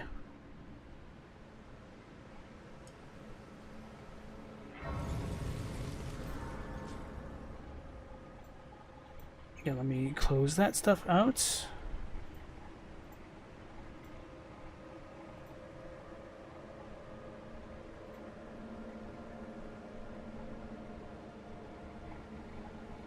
So True Connoisseur sent me a photo of the two things. Oh, okay, I see what you're saying. That looks like a baby holder. I kind of feel like it's more of a coincidence that those statues might be like holding babies versus like the catacomb enemies. But nonetheless, it's definitely a good observation. Right.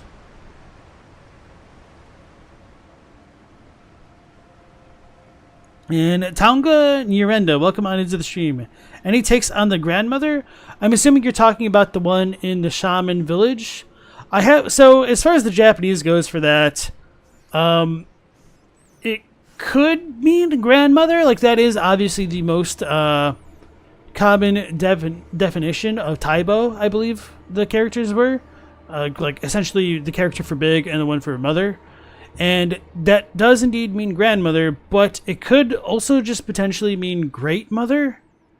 Which I mean, you know, literally speaking, there isn't very little difference between a grandmother and a great mother. So, with that being said, is the great mother, grandmother reference to Midra, or is it just actually some random grandma that we don't know? I feel like that's open for interpretation. Alright, so now that we are past the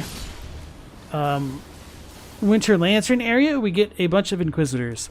Honestly, I didn't realize that these guys used Frenzied Flame incantations. I think mostly because I just like walked around them and didn't really bother engaging with them too much.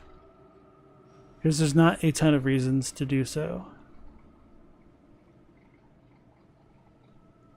I feel like I'm forgetting an item somewhere, but anyway. So I'm going to take a right and go straight to the south, essentially.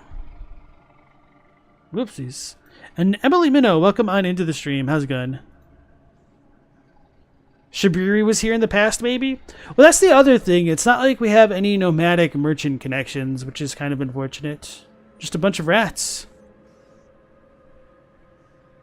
And, like, the whole despair thing, that brings up the question of whether or not Midra was persecuted unfairly and then despaired after the fact and made things a hell of a lot worse, or if he did come into contact with the Frenzied Flame, the Hornsent freaked out and then just kind of exacerbated things, or if they were actually containing things.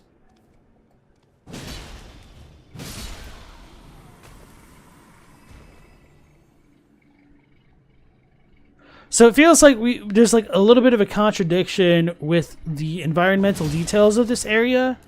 Because if that statue of America was removed, that would mean that this stuff happened after, maybe not like all of this stuff happened, but like some of this stuff would have happened after the land had been sealed away.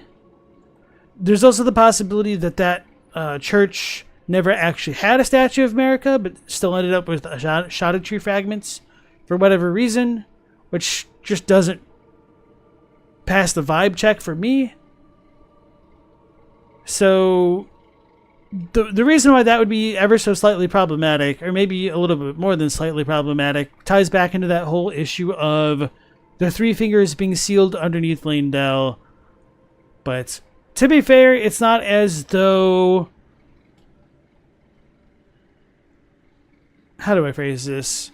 It's not as though one needs to come into contact with the Three Fingers directly to like get its powers, but because the swollen grapes say that they were touched directly by the Three Fingers embrace, that just kind of like brings up the question whether it's a figurative embrace or if it's like a long distance embrace. I don't know. So anyway, we've got a bunch of corpses outside Midra's Manse, and they have been impaled by the Hornsent's Inquisition's weapons. So this is essentially like the same thing that happened to Midra, perhaps, but these guys were also decapitated. So I don't know if like Midra's Inquisition was like failed for whatever reason because he was grabbed by the Lord of Frenzied Flame. Maybe he doesn't really have a head because he's the Lord of Frenzied Flame, but I don't really like that idea because we literally see him like pull his head off. But maybe it doesn't really matter for somebody like him because of his affliction. So, anyway, I really like this as a kind of an environmental detail. And another aspect of these corpses, which is fascinating to me, is that they are all draped in that kind of ochre color, which is affiliated with Belly Rot, Anir Limb, and the Horned Warriors.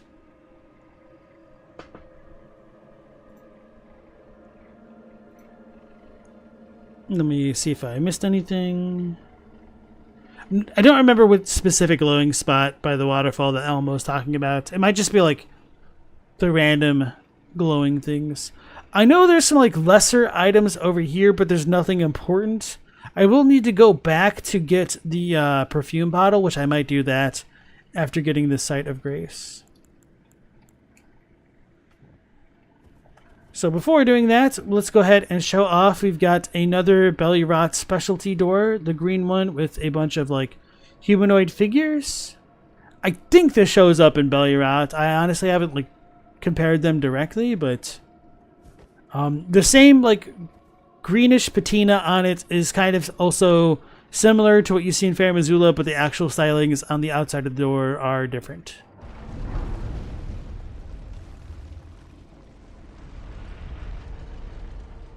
The corpses feel like a keep away warning sign? Oh yeah, absolutely. So as we come into Midra's Manse, we've got a bunch of burned books. And I wonder if part of the reason that this place was inquisitioned is because they were collecting knowledge on the Frenzied Flame, and that scared the hell out of the Hornsent, and they might have like taken it a bit too far. Is there like a sigil on that chair? Kind of, but it's too faded to tell. Leave. Now. Come no closer. No closer, I say. The madness wears. Alright, so that is Midra warning us to stay away. Go figure. And honestly, like, a lot of this place is amongst my favorite as far as the lore is concerned. Because, like, when you walk up to Midra, and I'm getting a bit ahead of myself here, but he just, like, complains about our foolishness which is like so absolutely true. Like, we have no idea what the hell's going on here, and he's telling us to stay away because we're gonna go mad. But what's the turn of phrase for this? Well, I mean, I guess like the Tarnished isn't necessarily American, but their equivalent of American exceptionalism. It's like, oh no, I'm not gonna get mad. I'm just gonna do whatever the hell I want because I can. And like, canonically, just how freaking terrible would it be if you just had some idiot, not necessarily like the Tarnished player character, but if some idiot just waltzes up in here and causes Midra to like lose his crap and become the Lord of Frenzied Flame? Man, it's just such a cool idea that I just really like it. It's just like so awful because of just straight up ignorance and a bit of vanity or conceit, I suppose. Say Frog asks, was Midra horn-sent? You don't think you've heard anything about that? I will say yes, but that'll tie into the caveat in that I don't think all horn-sent had horns, and this will also relate into one of the ghosts that we'll talk to in a little bit here. The front gate of Bellurat definitely shared in common with the Manse doorway. Thank you, Night Scout. And then Emily says, green patina, verdigris is a green patina used in ancient Greece. Yes, and of course we do have some of the verdigris, like, items appearing in the Rau place. So I'm not entirely sure if it's supposed to actually have a legitimate significance here, or if it's just something that they added in later and it was a bit more of a coincidence. And what I mean by added in later, I mean like the verdigris items. So let's go ahead and rest and level up. No, we don't have any runes. So, right. Let me go ahead and hydrate real quick again.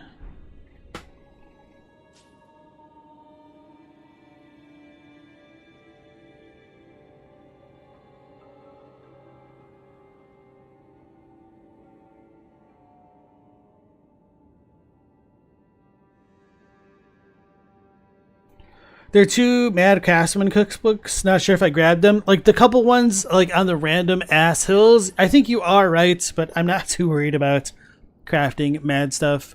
Maybe I should for the lore. You're probably right about that, but it's just kind of out of the way and a pain. But I do appreciate you pointing that out. Alright, so going back to all the talks about the horn scent and whatnot, I think we can... Let me see if I have my telescope. We can draw attention to some of the things on the manse itself. I had mentioned the ochre fabric on our boys outside, but as we get inside, we also see the ochre fabric on the walls. But more importantly, we also get the spiral tree depiction, which is also found throughout Anir Lim and Bellurat itself, which makes it abundantly clear that this place was definitely affiliated with the horn scent, regardless of whether or not one believes Midra to have been a horn scent. So with all that being said now, let's go ahead and talk to Chancellor Welliger. I mean, this guy. I welcome you, oh uninvited guest. But must I warn, as you venture in, heed the words of our great master Midra. Approach not the madness, lest you succumb. Right. So that is that. And as we look at the horn scent ghost, we can actually see that he does indeed have horns. And Midra is the master of the manse. And this is one of my favorite paintings in the game, because the flowers here are not what we actually see outside the manse. So this depicts a version of the manse that we don't actually get to see. The trees in the back are, you know, yellow and green and all that stuff. But the flowers, I think, are actually more in common with what you see in the shaman village. I'm not entirely sure how relevant that is supposed to be. Whether or not there's a more of a connection between the shaman village and like the horn scent and the Midra folk. But certainly there are some connections between the horn scent and the shamans, which are worth noting, but it's not expanded upon much beyond just the superficial details. So Now that we've seen that, let's go ahead and never be able to see that painting again. So I hope you guys soak that in. And this door does not open from this side, because why would it? What did we pick up a moment ago? Oh yeah, just a swollen grape. Okay.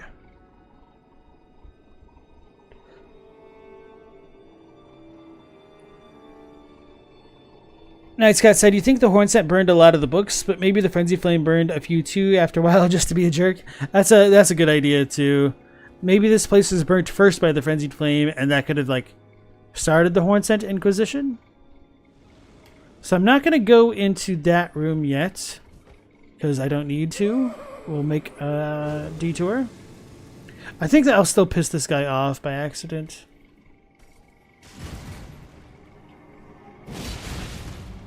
Ruh-roh, Raggy. So he did some divine invocation, and he is a ghost, which is interesting. Okay. I'll turn my HUD back on.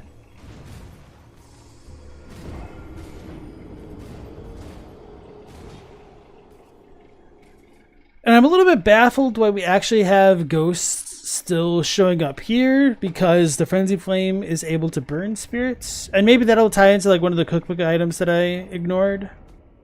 That's not what I need. Anyway, if I'm just gonna piss this guy off regardless, let's really make it worth our while. Uh-oh.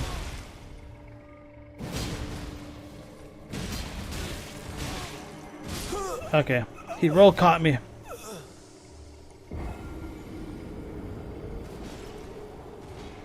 So yeah, this guy does have the ochre fabric that we see throughout the Manse as well. And of course, if the horn scent ghosts are showing up in the Manse, does that mean that they existed here? Or are they just like being summoned here somehow? I think it's because they existed here. Which, now that I think about it, we don't really get horn scent spirits like this anywhere else. Except for like the random spirit ashes, technically. I couldn't roll fast enough. 5-hit combo? I'm stuck.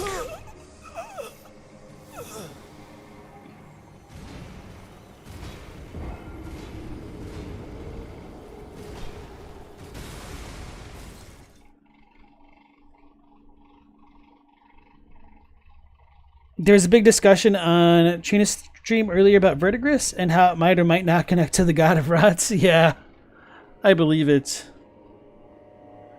It's weird that this guy is aware of me. You think there's only one more ghost that's aware of me?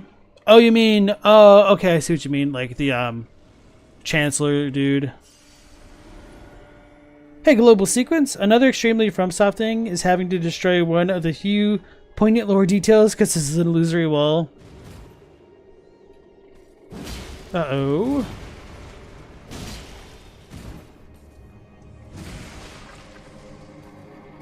Now I'm like paranoid of his 5-hit combo. There you go. Alright. So I'm still going to ignore that room for now.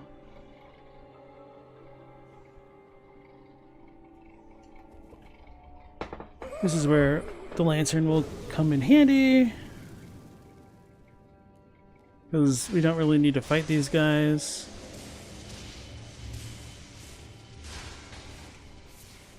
Thin beast bones? Is this dude like actually red, or is it just because of the fireplace?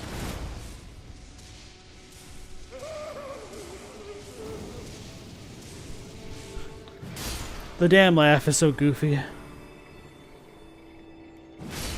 Ah! I think they might just be a little bit red.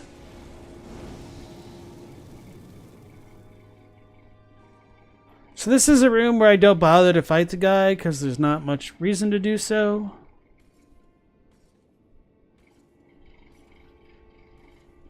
I think we need to like hit a switch or something.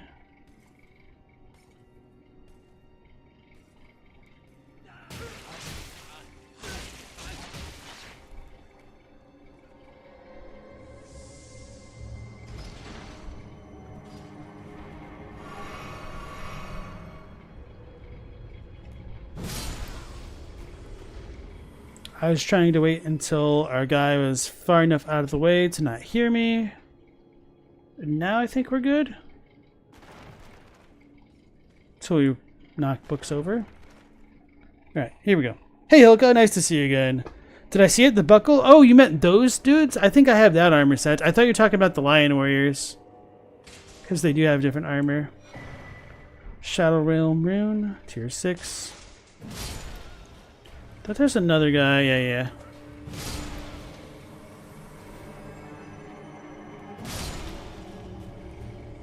Alright, so now the most important ghost in the Manse. If we look at him, you can't really see it without the free cam mod, but he is the same type of horn scent. Oh, okay, you can kind of see the horns there. Yeah. He says...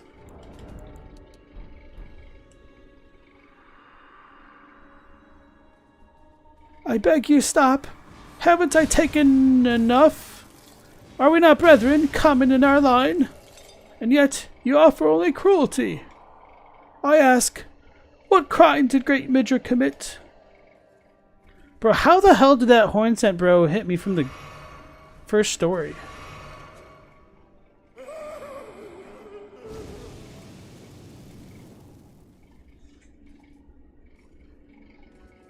What a jerk.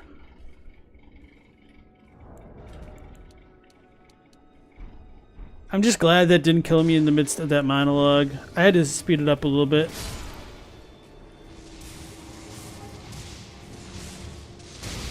So the frenzied thing from earlier was this guy throwing the damn stones around. Surging frenzied flame. I guess they're not stones, but they're kind of like them. And that lasts a while. Okay. Spirit gravestone. Okay, it is a stone. Burned by frenzied flame. Uses FP to place a stone on the ground where it spews frenzied flames. Spirits are eternal, and yet frenzied flame melts them away regardless. No wonder the horn scent forbid the flame's use.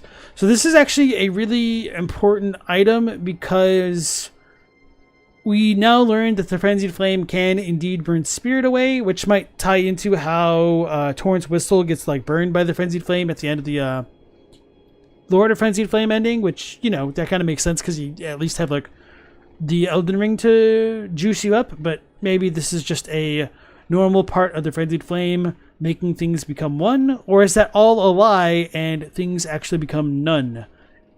I think to the Frenzied Flame there isn't really a distinction. Pun intended, I suppose. So part of the reason why I think this is really bad to the horn scent is because they practice divine invocation, which is calling spirits into themselves and allowing them to have increased spirituality. So if you have something which deletes spirits, it's kind of completely antithetical to the horn scent way of life. So that would help explain why the Inquisitors would go so far as to decapitate and impale all the folk of Midra's Manse and try to essentially eradicate them from existence, except for maybe their spirits, perhaps. Alright. So when I was coming up through this area my first time through, I was terrified that there's going to be something that like popped out of the wall to push me down.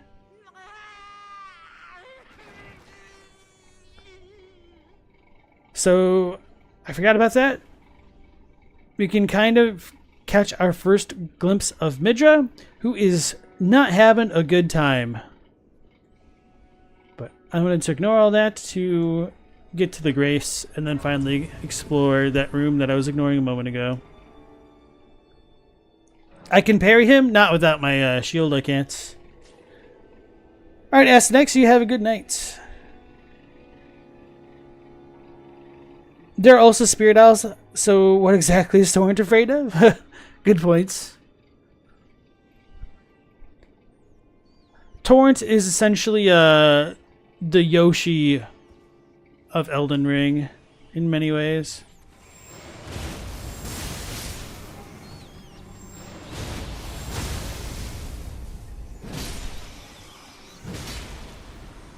I'm out of stamina? Okay.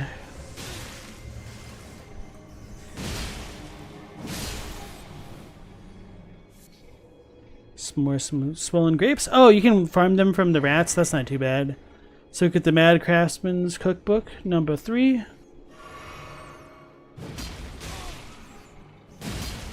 I certainly misjudged that.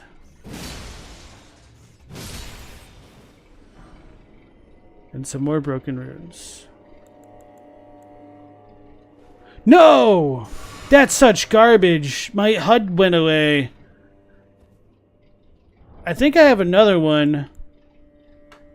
Oh my god, man. What the hell? That's...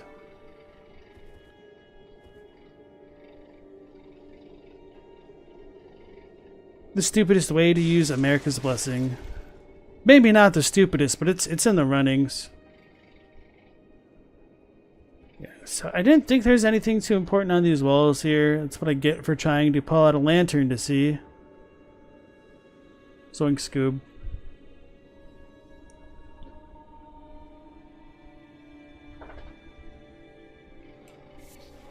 Another swollen grape. And... oh yeah, the rats aren't going to chase me down here. Because I killed them. I definitely pissed off the rats and just jumped down here my first time through. And was not having a fun time fighting all the little ghosts and the rats. So the torn diary page tells us... a discarded page ripped from a diary bearing a passage written in a tremulous hand. I touched him, but only once. When he thrust his staff in my face, I brushed it aside. It was then that I touched him, the aging untouchable. So honestly, when I read this, I did not put 2 and 2 together that this is telling us to parry the aging untouchable. I thought it was saying that like some untouchable got in a guy's face and he like just didn't want it, so he like brushed the staff aside from his face, and that caused him to become tainted, and that may have inflicted him with the Frenzied Flame. But you know, maybe this is just telling us to parry and get good, and that's how you can touch the aging untouchables. So oh yeah, I guess that ties into a bit of like cultural context that untouchable as an English term is usually meant to refer to a caste member of like the lowest caste in society, the people that do the menial work that is related to death and death adjacent things. So things like butchering, tanning, those kind of things, or like morticians, etc. Whereas this form of untouchable seems to mean like literally untouchable, I guess. Or maybe, well, it comes across as like a bit of a play on words in English, whereas I would need to double check the Japanese. I think it's just saying that they are like literally untouchable, or maybe it's those who shouldn't be touched. So maybe there is the same bit of a play on words there. I don't remember. Alright, so Mad Craftsman Cookbook 3. A record of crafting techniques left by a craftsman who served Midra, master of the Manse, and Anaya, its lady. His eyes were burned by the flame of frenzy, requiring the knowledge to gain the following surging frenzied flame. Okay. So now we can go ahead and warp back to the library. Say Frog thought the same thing? Okay. Glad to hear I'm not alone. And True Connoisseur, if you're still around, you have a good night. Dylan says, the way the dungeon gives multiple teases of the boss before you get to him is really well done. Oh yeah. I think the whole lead up into Midra is amazing on a first playthrough, and then it just becomes a little bit of a slog the second and third time round, maybe. Fanciest way of just saying try parrying? I know, right? Bro, was just answering my question from earlier. You thought I asked if the Horned Warrior attacks can be parried. Oh, no. Wait, what was I don't remember what I asked then. Night Scout said, when they first read the note, you thought it was talking about a pre-fully corrupted untouchable trying to tell some careless fool to stay away like Midra. Yeah, okay, so I'm definitely not alone on that. The use of the word brush sounds too weak to be a parry, like the guy pointing the staff wasn't trying to outright attack. Exactly. But yeah, bro is correct that you do technically brush aside enemy attacks away when you parry them, but it sounds more flippant in nature and like less intentional. Like if somebody sticks their finger in your face, like the natural reaction is just kind of like put your hand in front of your face and like knock it away, and you brush it away rather than like parrying something, which has a lot more intentionality to it. Love Luigi's Mansion. No wonder he's so scared. It is indeed counterintuitive. Yeah. So we still do have some of the Inquisitors in the Manse itself. They can use fiery type lantern attacks. I should check to see if they actually use Frenzied Flame here or not. Or if only the folk on the outside were like infected. Or affected, I suppose I should say. Now what was the goal for here? Did I want to jump down into like a pile of books? Oh no, that's it.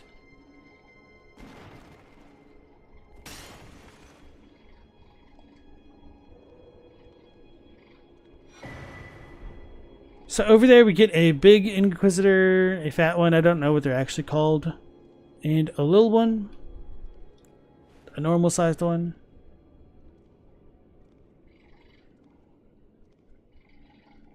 Oh yeah, and somebody had mentioned the lanterns kind of look boat shaped earlier, not like those ones, but the ones in the Manse, which I didn't read out loud, my fault.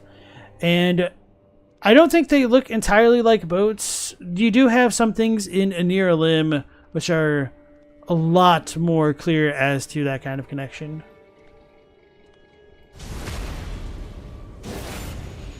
Why are their aprons bloody?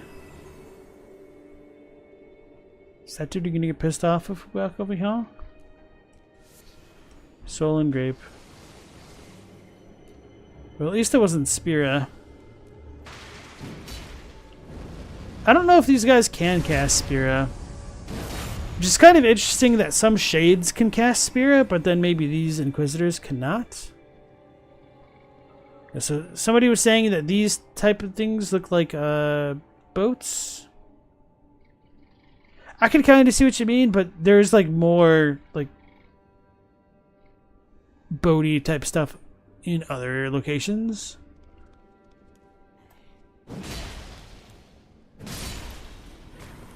I do like the look of the burned books. They kind of remind me of like the Necronomicon.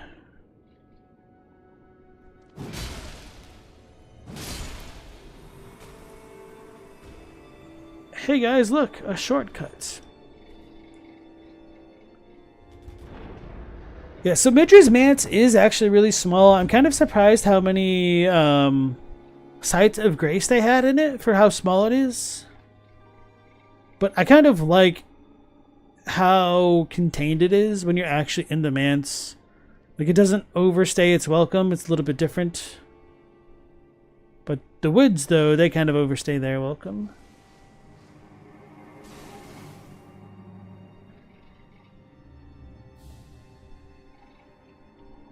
And Future Knight, welcome into the stream.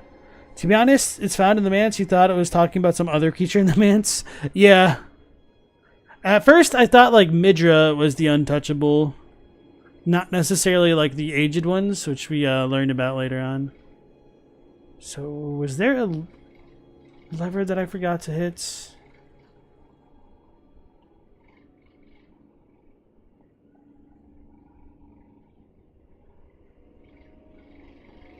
Or is it on the ground? I know there was a lever to like make the books move.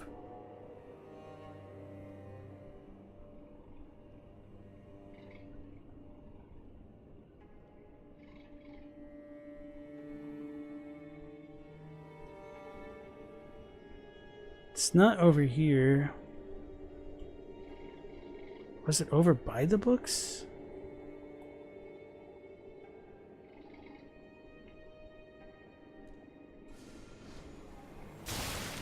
He got me.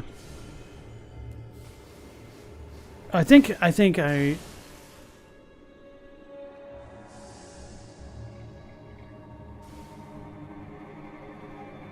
I forgot, is what I should say. Oh my god, yeah, I forgot about this. Alright. So, actually, this is not the best way to do it. Let's do it this way.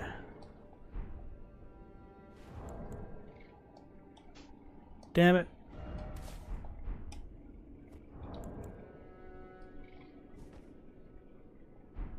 Alright, so this is our helping load screen. So this is a depiction of Midra and Nanaya. And so now that we've actually gotten like the big look at it, there was a long time where I couldn't remember where I saw a symbol similar to this. It kind of reminded me of the Watchdog Crozier staff, but it's a little bit different. Doesn't look exactly like the Watchdog staffs. There is a symbol on the blue festive garb, which is kind of similar to this, but it's different. So this is unique, and this is what we were able to identify Midra as with the like boss encounter based off the story trailer, because it is the same brooch on both figures. Both Midra and Nanaya are wearing the ochre fabric. Nanaya's got like the spirally type imagery in hers. She also seems to have like black hair and whatnot, and she is holding her hand over her belly as though she's pregnant, which I know like some people don't really see it that way, but when you look at her model, it will be a little bit clearer that she is or was.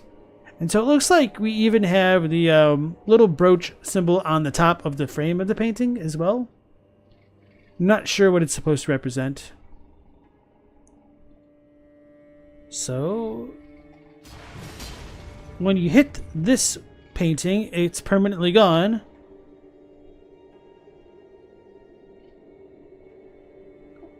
And so I didn't need to hit the lever just yet. Operator heard someone say they wanted a frenzied dragon in the area, and while you're not a big fan of dragon fights, you do think that would have been cool. Well, if you got a frenzied dragon, you'd get a frenzy flame breath, and that'd be super cool. The quintessential H.P. Lovecraft quote about fear. Night Scott said, Midra is probably an aged untouchable of sorts too.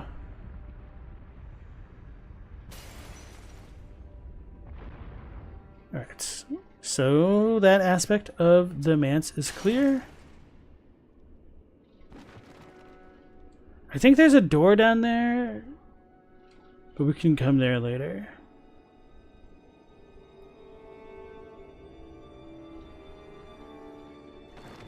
Hey guys, look, it's Nanaya. So it's a little bit difficult to tell from this angle, but she does kind of have like a baby bump going on. It's a little bit easier to tell with the free cam when you can move it around more freely. Go figure, free cam moves around freely. We got our foot lore going on. She's got 4 toes because one's buried in a book. She's got 5 fingers. And we don't really see any other characters in the game that have the same types of robes as she does. It looks like the hem of her fabric is kind of similar to the types of designs that we see in some of the Hornsent places, although I don't actually see the bird thing exactly, or the tree, so maybe it's just slightly different. And then as far as like the dithering goes, as far as like the jewelry goes, I don't really know what to make of that, but it's a very ornate dress, and you can see that she does indeed have like black colored hair after all. And I can't make it more clear, which sucks. Oh, we've got the goofy hawk crest on the chairs, so this is just kind of like a generic chair that you can see in places like Stormvale as well. Visions of Fortitude, thanks bro. Nanaya's torch.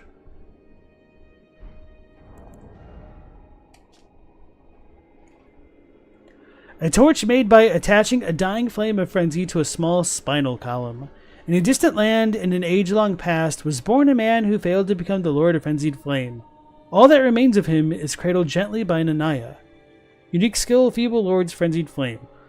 Hold torch out in front and spit out frenzied flame. Afflicts those caught in its area of effect with madness, along with the user themselves. The skill will continue for as long as the button is held down, can be used while moving.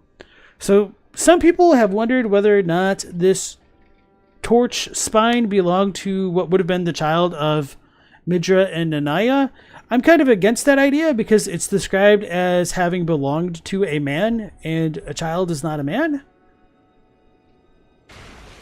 And because Midra himself was like impaled in such a weird way, I've wondered whether or not this spinal fragment is supposed to have belonged to Midra, because Midra and Nanaya were a couple, obviously, and it kind of makes sense that she could have taken a fragment of him if he was like killed, essentially, but it doesn't feel the most natural, considering that when we encounter Midra in the room in like a few moments, he will still like have his back there. It's not as though like his head is just completely impaled on the great spear type thing. So it's more likely that there's just a bit of discontinuity with the spine itself, or it could have belonged to a completely different individual who was a previous adherent of the Frenzied Flame, and perhaps Nanaya got them all inflicted with that torch, which could have belonged to somebody else entirely. Which, I don't really like that idea either. Uh-oh. We had Mega Spira, because I wasn't two-handing me weapon. I'm stuck. Okay, I'm fine.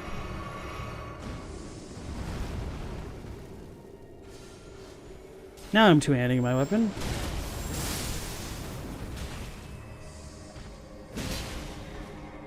Alright, so the big ol' horn scent and even the little Inquisitors have bells on their bodies. And maybe that could be used for calling down spirits. It's kind of a big theme in some FromSoft games like Bloodborne. And it does kind of also show up with the Wandering Mausoleums here. So, alright, we got some Revered Spirit Ash, and I think this connects down into that doorway, which I ignored a moment ago. Yes, indeed. Okay. So no need to hop down. Alright, it's the Great Mystery. Whose back is it? Yeah. And hey, Cantrell, nice to see you again. Yeah, and as you guys in chat were saying, Midra does have his spine. But does he have his whole spine? That's the question. Night Scott said, your first thought was that Nanaya might have escaped and given birth, then the son tried to get revenge, but was rejected by the Frenzied Flame. Operator asks, does the Japanese description of the item more or less translate to this? You're sort of thrown off by the choice of in a time long past in a land far away. Was that in the torch? In a distant land in an age long past? I'll double check it. Let me pull it up.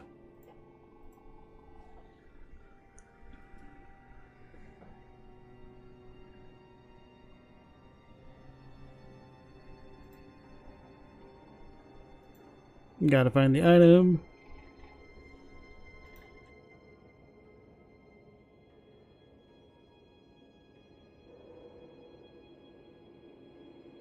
Alright, found it. Alright.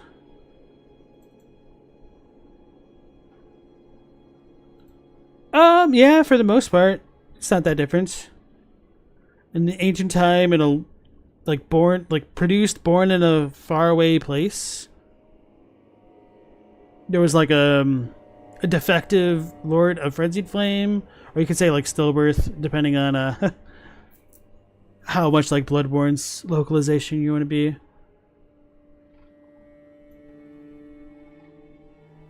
Actually, wait a second.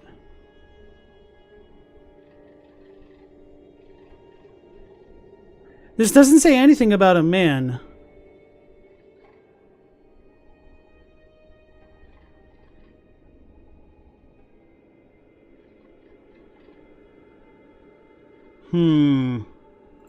This really could be referring to the child after all.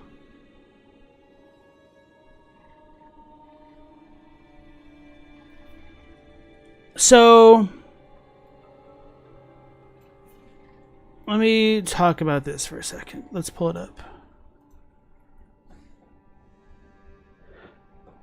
Excuse me. So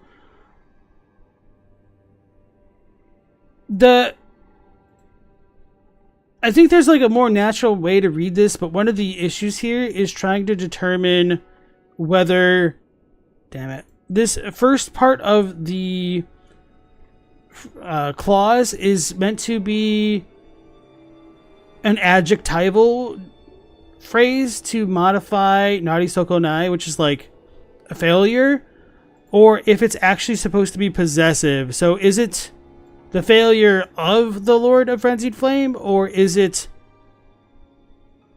the Lord of Frenzied Flame failure? That might not make a lot of sense in English. Sorry if that doesn't make sense. So the Nari Soko Nai does that reference the child specifically? Because the preceding clause talks about being born in a far away place, and it is still technically modifying Nari Soko Nai like the failure, but this could be figurative language in the first clause. So I think the most natural reading still would be that it's all talking about the failed Lord rather than the Lord's like failure, child, whatnot, because that's a little bit extra. It's not like the most intuitive reading, I think. So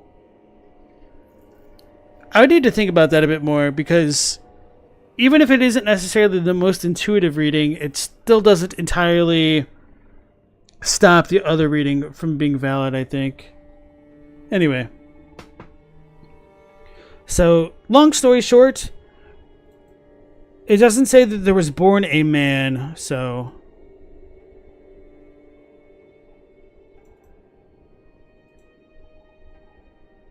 Yeah. I guess it is a bit more ambiguous. Oh, wait, let me read the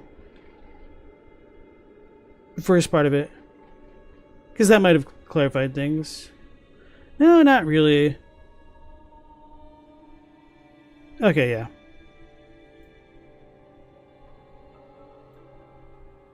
So it could just be like a fragment of a spinal column, I guess, or is it a small one?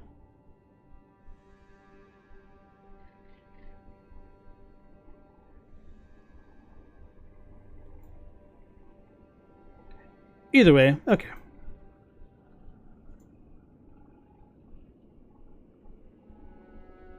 Bro thinks as the child. I still think it's supposed to most naturally refer to Midra, but that doesn't really align super well with what we see in the game, does it?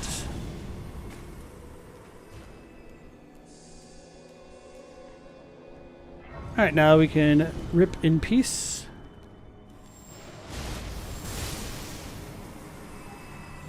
The Asher War is so satisfying when it hit. Alright, so there's really nothing else going on in the Manse. I believe we've explored every room that we need to. The only thing left to do is to visit Midra and kick down this ladder and jump on the chandelier to get some more revered spirit ash.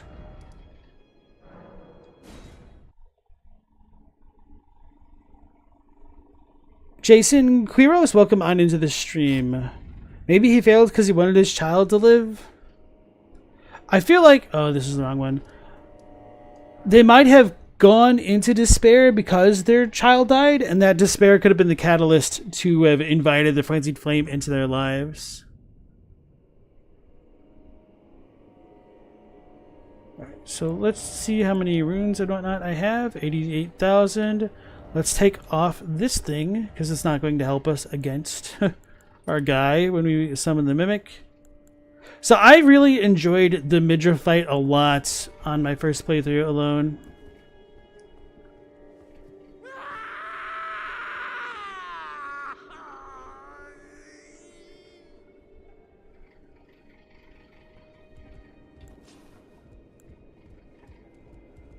The depths of your foolishness! So he did a lot of damage when I had 0 blessings. I'm kind of curious to see how much he'll do. Oh, he still does a pretty decent chunk.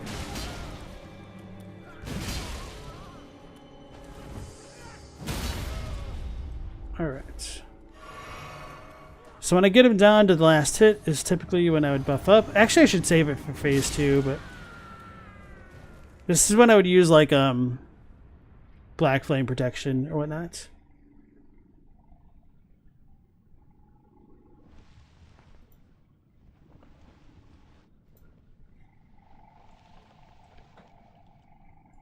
Enough.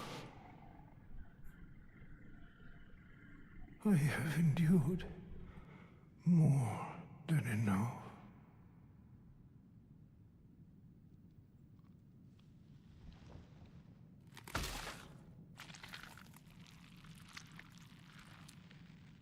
I ask you forgive me, dearest Nanaya.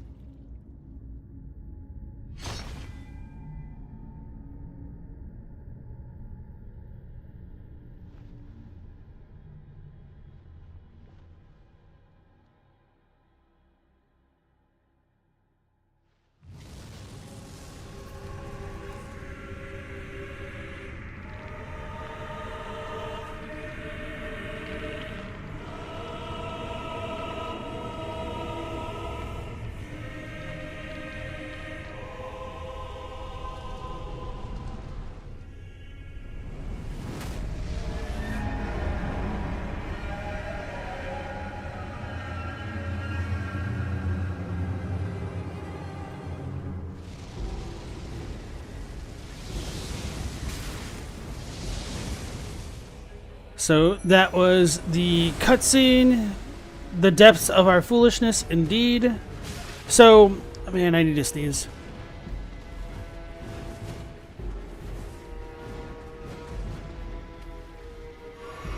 As far as what I'm going to talk about. Somebody said something in chat. Let me read. What about the finger statues in that one room? Oh, yeah, I should probably try to show those off, because I heard about that, but I haven't looked into it myself. Did they change the sound? I don't think so. He's not a happy camper? No.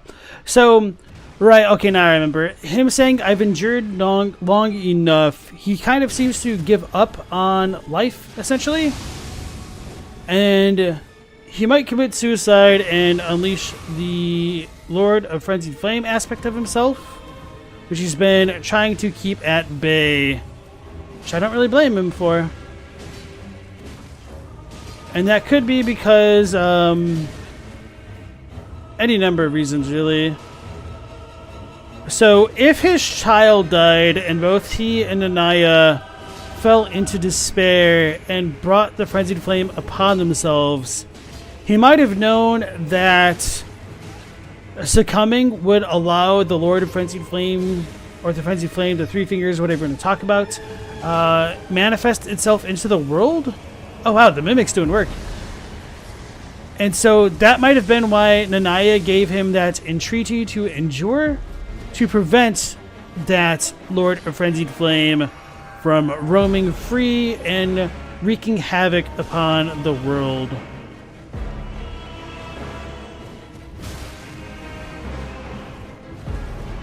So yeah, speaking of sound design and just like overall visual design, this is pretty much peak DLC. So the worst thing that they did to the lore of Midra was by calling him Midra rather than something more appropriate like Peakdra. I'll be here all night. Oh, the Mimic healed itself. Dude, the Mimic might solo.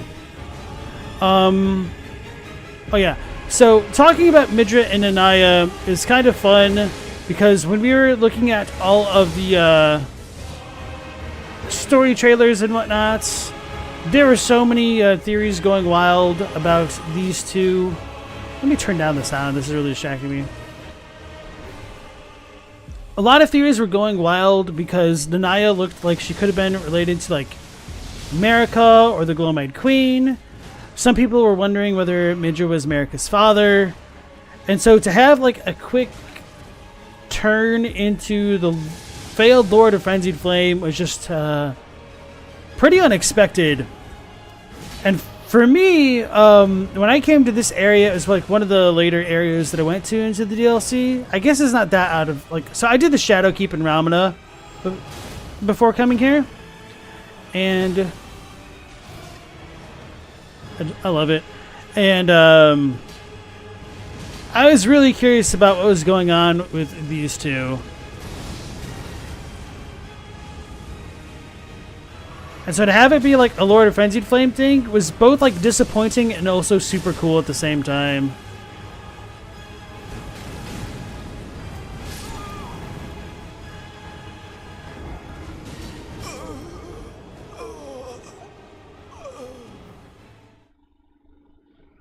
And Midra is one of the bosses, the few bosses in the DLC that feels aggressive, but not necessarily hyper aggressive. There are copious, like opportunities to both heal and attack him. So I rather like him for a DLC boss. And as you guys saw, I mean, the Mimic just did a ton of work against him, and I was just trying to like talk about the lore of the fight. And of course, like one of my favorite things about that fight is just the sound design. Having the leitmotif of like the leitmotif of the nomadic merchants when they play their violin type song in the Frenzied Flame prescription, included into Midra's theme, especially as he goes into phase 2, is just a really nice touch to me. I didn't mean it. That's when I typically did Flame Grant Me Strength. Okay, that's what I was doing. This boss is challenging but very fair. One of your favorite bosses in the DLC? It's a great one? Yeah. Enough. It just feels like a way to have a good fight with that monk type figure and a suitable horror theme. Yeah. Like they got the King in Yellow theming on correct for once. Thanks, Impact Player. Appreciate that. You enjoy the terrible pun. I ask you forgive me, dearest. Elden Enthusiast thinks Midra is more powerful than Vike because he accepted the flame and endured for a long period of time, so all the power built up over time through the suffering. That makes sense, but it just kind of sucks that there's such a disparity between the two. Like, I love a lot of the stuff around the Frenzied Flame and the Winter Lantern dudes, but I don't know, maybe it just feels like too contained or something. Like, this just feels like an existential level threat that like nobody's aware of. It's kind of wild. Like, how cool would it have been to see like Midra fight Mikola or something like that? I was trying to roll, but I didn't. I'm gonna get got for that. Oh god.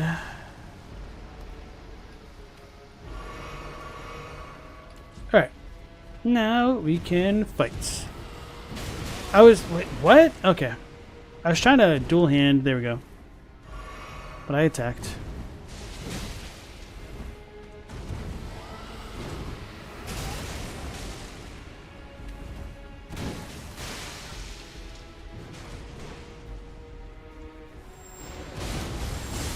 That's out of range.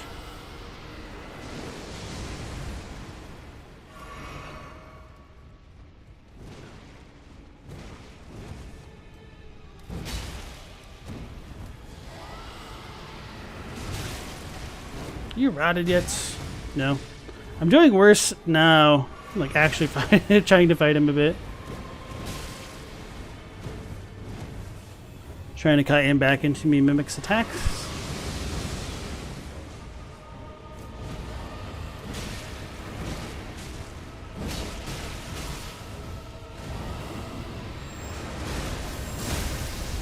I thought so, and then I screwed it up. Okay, we're good. He might go into phase 2 now. I really need that Seed Talisman.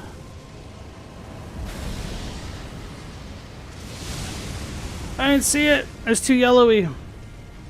I only have 2 heals. I suck. Oh my god. I did more letting the Mimic do everything last time. Oh, he's still not rotted. Can he be rotted? I think so. Yeah, okay.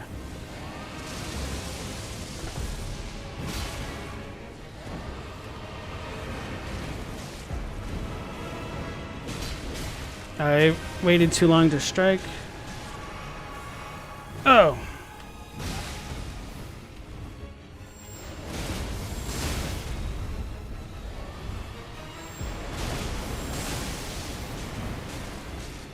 I'm scared. I can't heal. I mean, I could use like America Blessing, but that'd be silly right now. I just need to get good. Oh, I was lucky.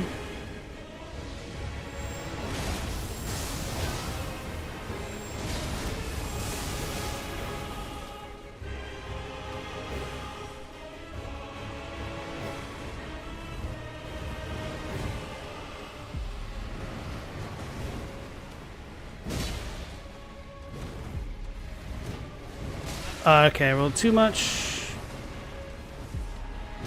Oh, I thought he was facing the Mimic.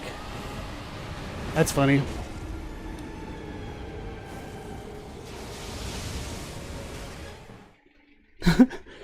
The lack of a head got me. Hello, girl.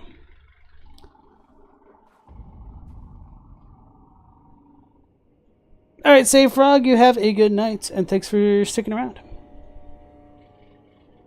I love, despite how much chaos is going on, he attacks in such a soothing and elegant way. It does kind of capture that nice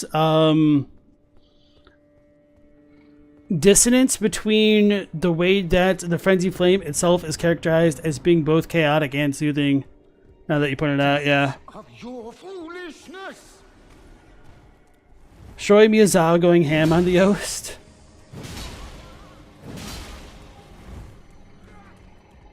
America thought she did a good job in that role, but nope, the containment was too weak, yeah. Pokemon needs a Mimic to 1v1 him on your next run.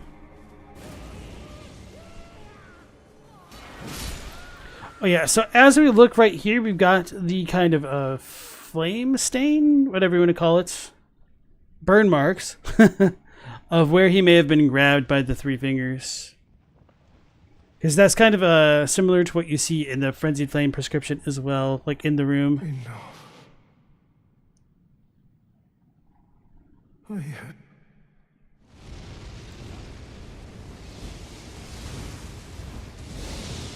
There we go.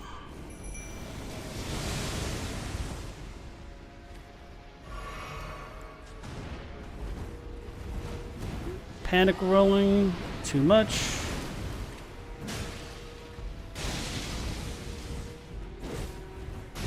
Oh, I was not expecting that. Get dung done.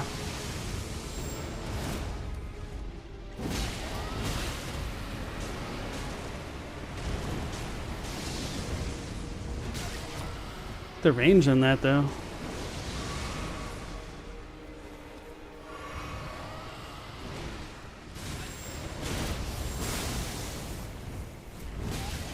I need to, like, look at where he's moving.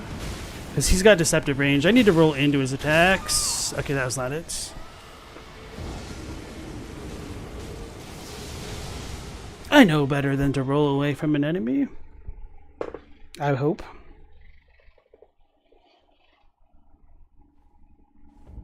Does he have fingerprint burns on his body? I don't think so, now that you mention it.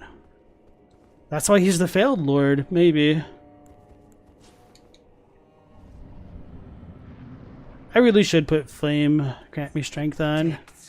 Because there's a good chance to use it before the fight starts. When you get him weak like this.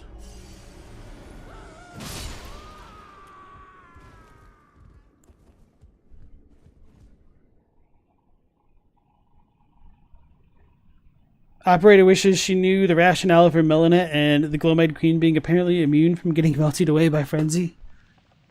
I think it's before we reach them in that ending. I rolled too early. There we go.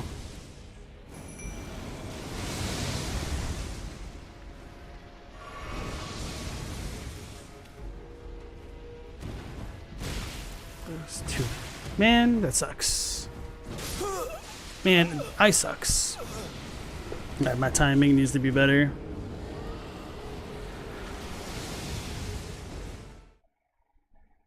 That is one of the things that I actually like about Midra, though. Like, his attacks are readable. You just need to actually react to the attacks rather than him somehow. Dylan is running into the same issue where you find the attacks are easy to deal with in theory, but very hard to read a lot of the time. He's elegant, but somehow erratic, yeah.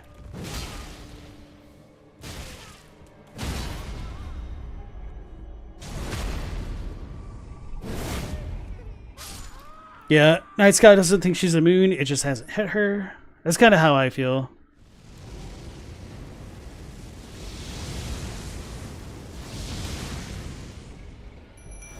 No! It sucks when that RNG happens.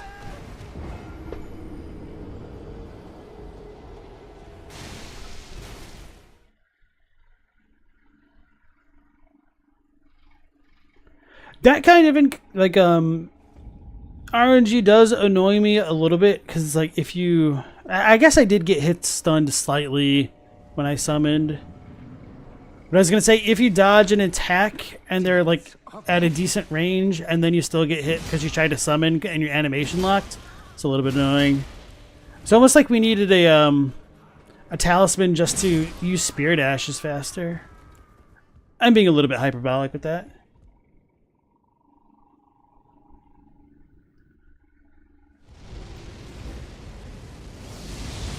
A little too early. Okay. Should have summoned it slightly faster because I could have gotten punished for that.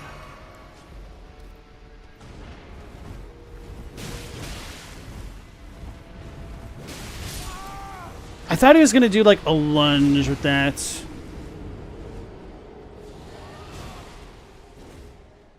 That was definitely my fault. I would have been fine.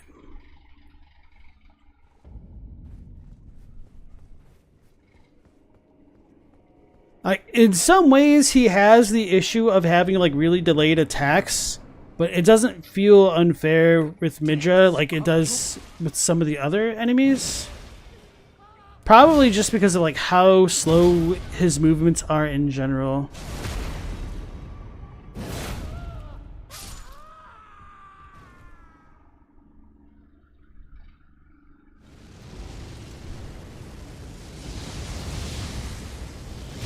Okay, my roll was slow.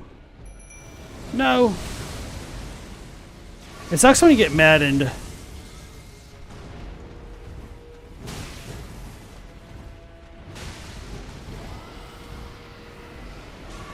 Thanks, Mimic. Good job. Okay, that's all we needed.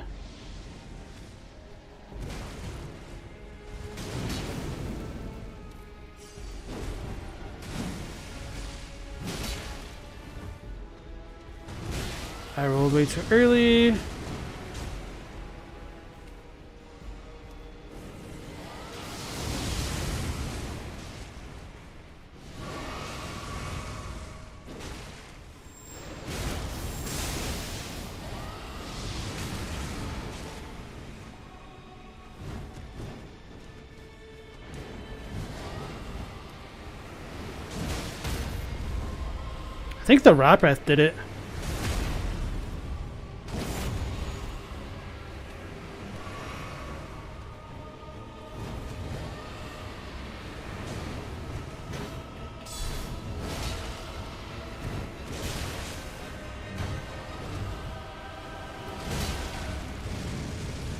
Oh lordy, coming. Run, run, run, run, run, run, run.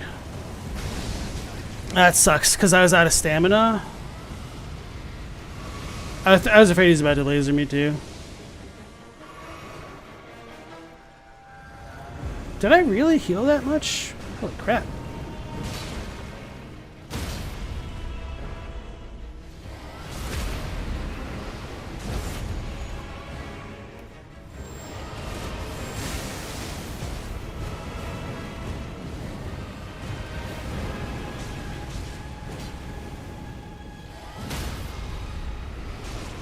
Oh no, it knocked him out of it. I forgot that can happen.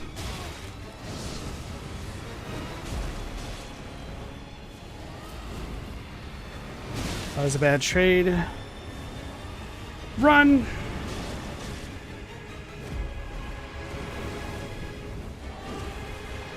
I tried rolling, I was slow. Mimic. Thank you. Oh, he's literally low on health. It kind of sucks facing him like this, though. I mean, because it's a lot easier. He doesn't have as much health, obviously. No! I wasn't locked. Okay.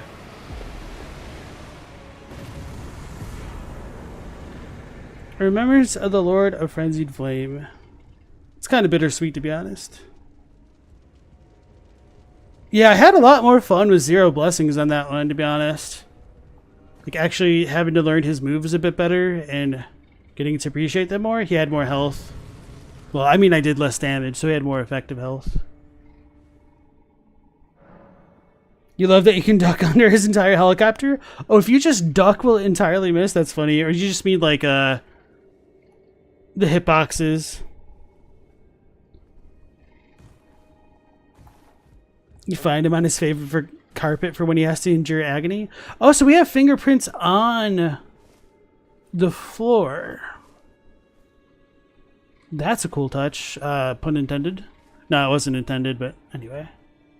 Oh, this was the carpet that he was on originally. Wait. Was he on this one first? So the three fingers were here.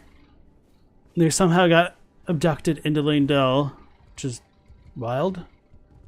And so, yeah, that's pretty much it for the Manse. I wish there was a tiny bit more, like, back here, like something, to give us a little bit more of an indication as to what happened. But just to, like, tie back the whole Hornsent thing, we have some more of the Belliarot people statues on the sides of the room. But I don't have the lantern on right now. And thank you all for the GGs. I appreciate that.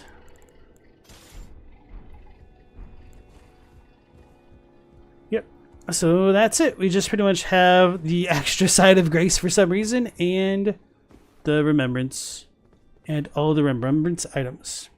Hey, you got it, Spaghetti. How's it going? Shame I can't get the Frenzy Magic Helmet. Yeah. Wait, Magic Helmet? Which one do you mean? You literally kneel down and he spins over your head with the precise hitboxes. That's funny.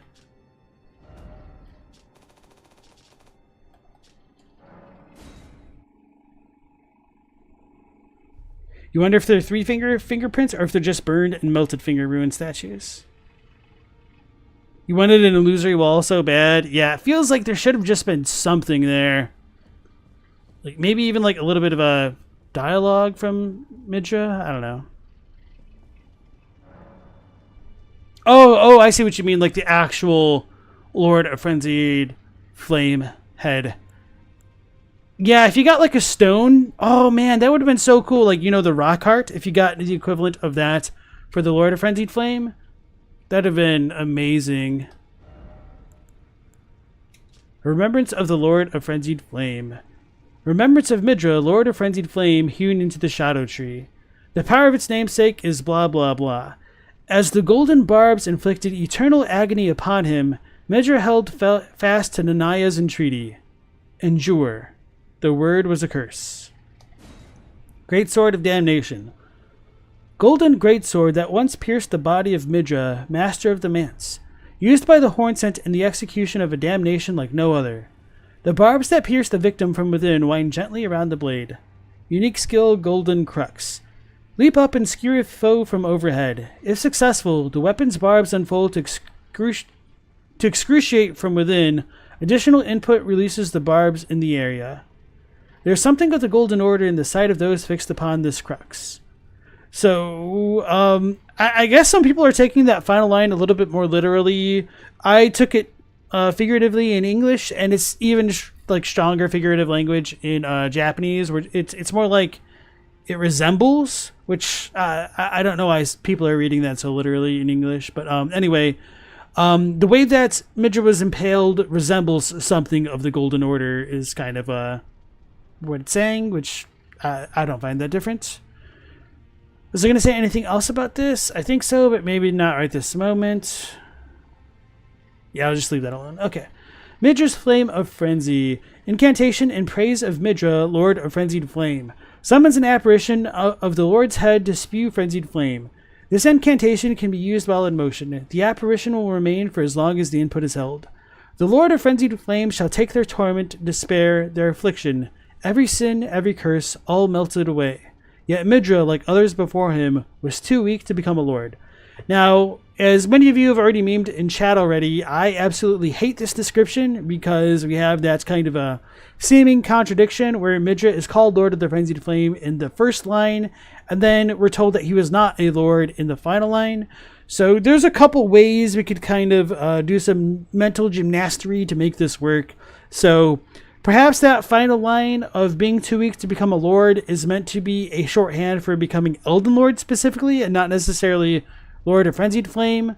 But I don't really like that excuse either, because it feels like the true Lord of Frenzied Flame should have been the Elden Lord, but who knows.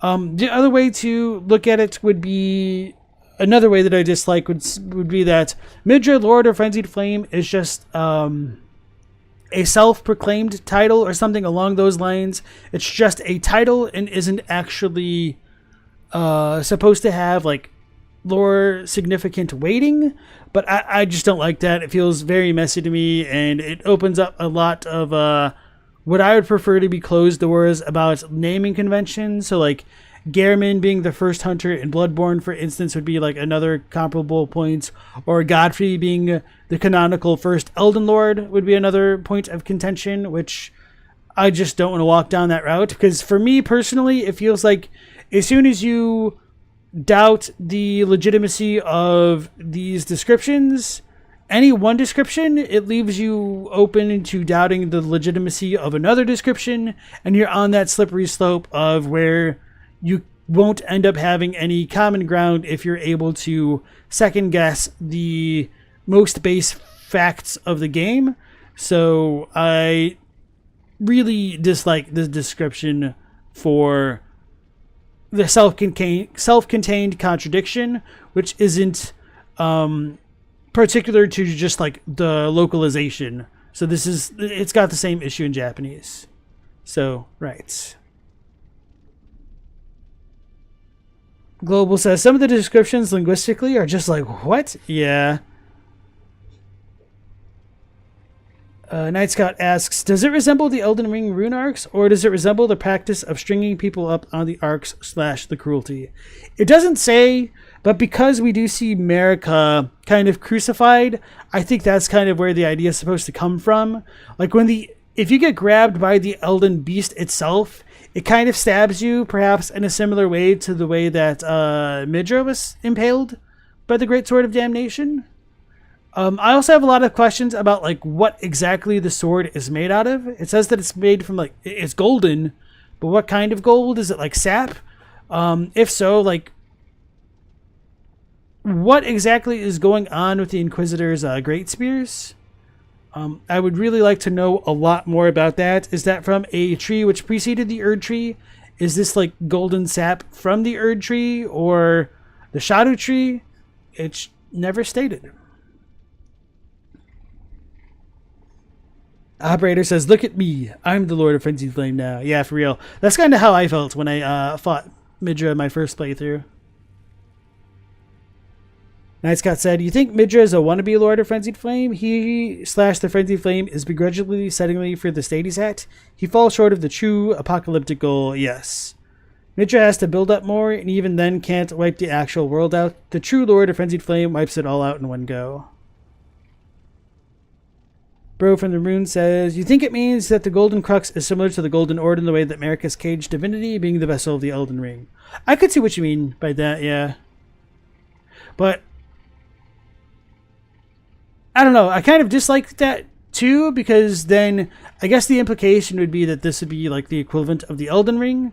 So I mean, I guess that isn't really that big of a problem if it just resembles it and isn't meant to be like a one-to-one parallel. So yeah, maybe that isn't a big deal after all.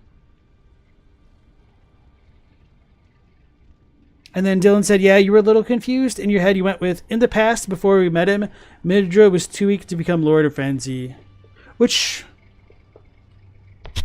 I guess this also should bring up the question of, I mean, this has been like a recurring question throughout the stream of like, when did this all happen? Would it be post-shattering? Like, why were they trying to raise a Lord of Frenzied Flame while Radagon was still Elden Lord? Wasn't there something in the base game which made the three-finger issue sound post-shattering? The nomadic merchant stuff? No. I'm drawing a blank. I think there was something along those lines, though. Which always felt a bit inconsequential to me either way. Like, I didn't really think it changed too much, but maybe it might be, like, worth thinking about now. Night Scout says, it seems like the Inquisitors made their weapons from some kind of fired crystal. Alternatively, they made it from the sap of their people trees in a near limb. That is kind of my headcanon about them as well. But I wish we just had a little bit more about all of that. Not just because, like, I want more lore information, which, I mean, I do want, don't get me wrong, but just because I think it's cool as hell. And I want more stuff that's cool as hell. Pokemon asks, why was Midra impaled in the first place? So you may have missed that when we were talking about it, and maybe I didn't explain it as clearly as I should have when we got it earlier in the stream. But when we get the surging Frenzied Flame stones, they say that spirits are eternal, and yet Frenzied Flame melts them away regardless. No wonder the Hornsent forbid the flame's use. So, if Midra came into contact with the Frenzied Flame, which is capable of burning away spirits, and the Hornsent are all about allowing spirits to enter their body via divine invocation, then it would have behooved them to get rid of anything related to the Frenzied Flame with as much prejudice as possible, which seems to be exactly what they were trying to do. Night Scout said, do you think it's pre-shattering? Even Mesmer's crusade was probably after Midra's punishment, hence the attempted church construction that was swiftly abandoned.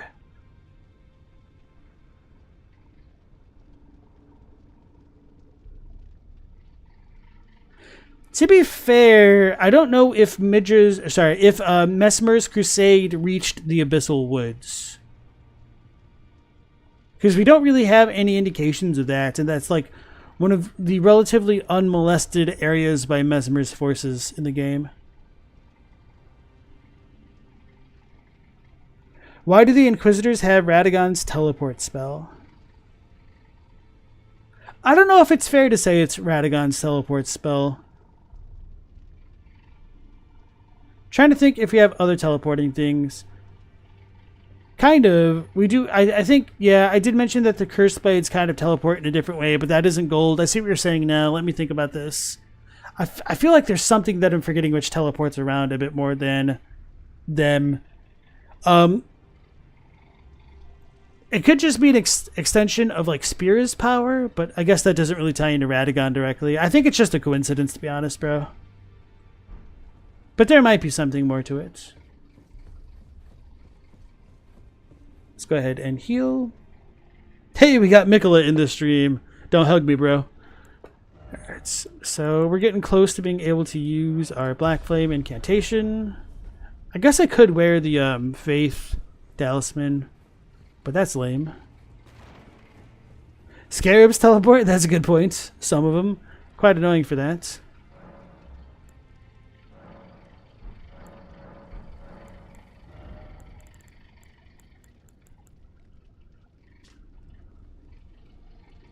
That's interesting that we can get the Fever Cookbook from her. How did that work out to get the Bewitching Branch? Lord's Divine Fortification, Black Flame Protection. Oh, we only needed 30, so I didn't even need to waste those 2 faith points. I thought I needed 35 for something. Rip.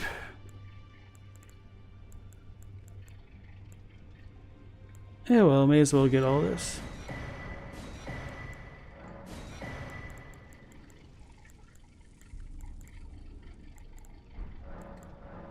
Alright, Somber. More. Egon.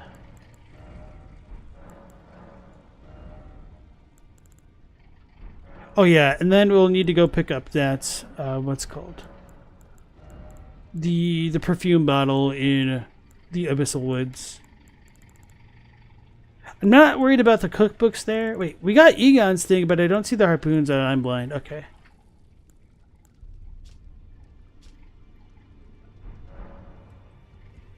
Let's go ahead and go back to the woods real quick.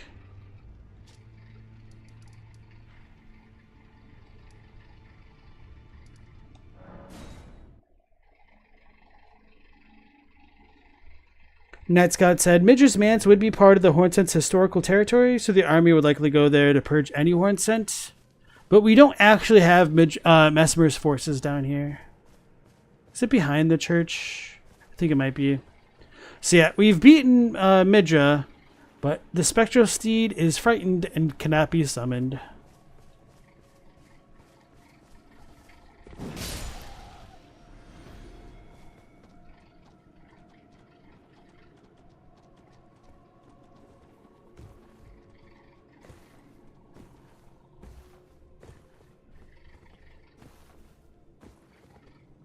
Or wait, didn't we get the hand from this area? I think we did. So I don't remember where the perfume bottle is. I think it might just be somewhere randomly in the area. I mean, it's not random, but I don't remember where it is in relation to other things. It is in the church? Okay, I'm just blind as hell. Oh yeah, and we didn't pick up the Eye of Yellows over here. It is kind of awkward that we don't get more Eyes of Yellow throughout this area. And I wish we had a couple more base game craftable item stuff appear in here. Oh, there it is. Thank you, guys. Frenzy Flame perfume bottle.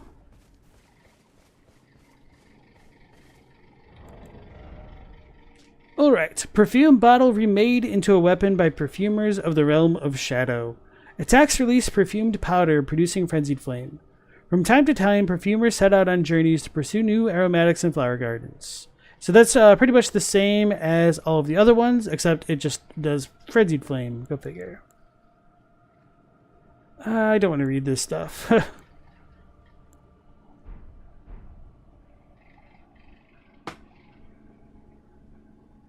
Oh no, that corpse is definitely a Hornsent. I'll show you guys. I took note of it, but didn't point it out. See, we got a Hornsent guy right here.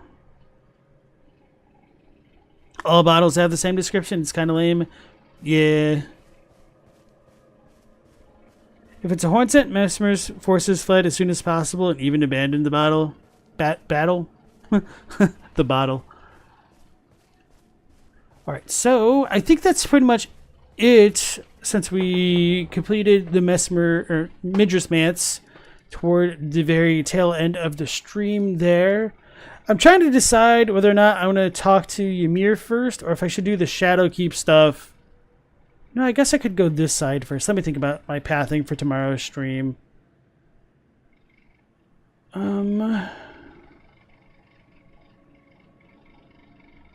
I might just want to fight Gaius first and then do this stuff from this side of the place. Actually, don't I need to... I don't know what it's like to go through the storehouse without having lifted everything first. So maybe I'll just do that for that part of the playthrough. Just because I don't know what it's like. I'll probably do Gaius and then come back to do the Ymir and other stuff. I think that kind of makes sense. And then I will do the Bonnie Village when we do the shaman stuff. So I don't know how much we'll get through all that tomorrow. I might need to put some things off just if like my pacing gets thrown off, just to try to like keep it all together. So I will teleport here to remind myself like I should start here. Oh, I guess I could also like fiddle around with going to Rao if I run out of time. Alright, Specimens Storehouse. Alright, this will be where we pick things up on tomorrow's stream, which will start at the same time as always of 10 p.m. Eastern Standard Time. So hopefully we'll be able to catch you guys on the next stream. And until then, I hope you guys take care and stay safe. Last Protagonist out.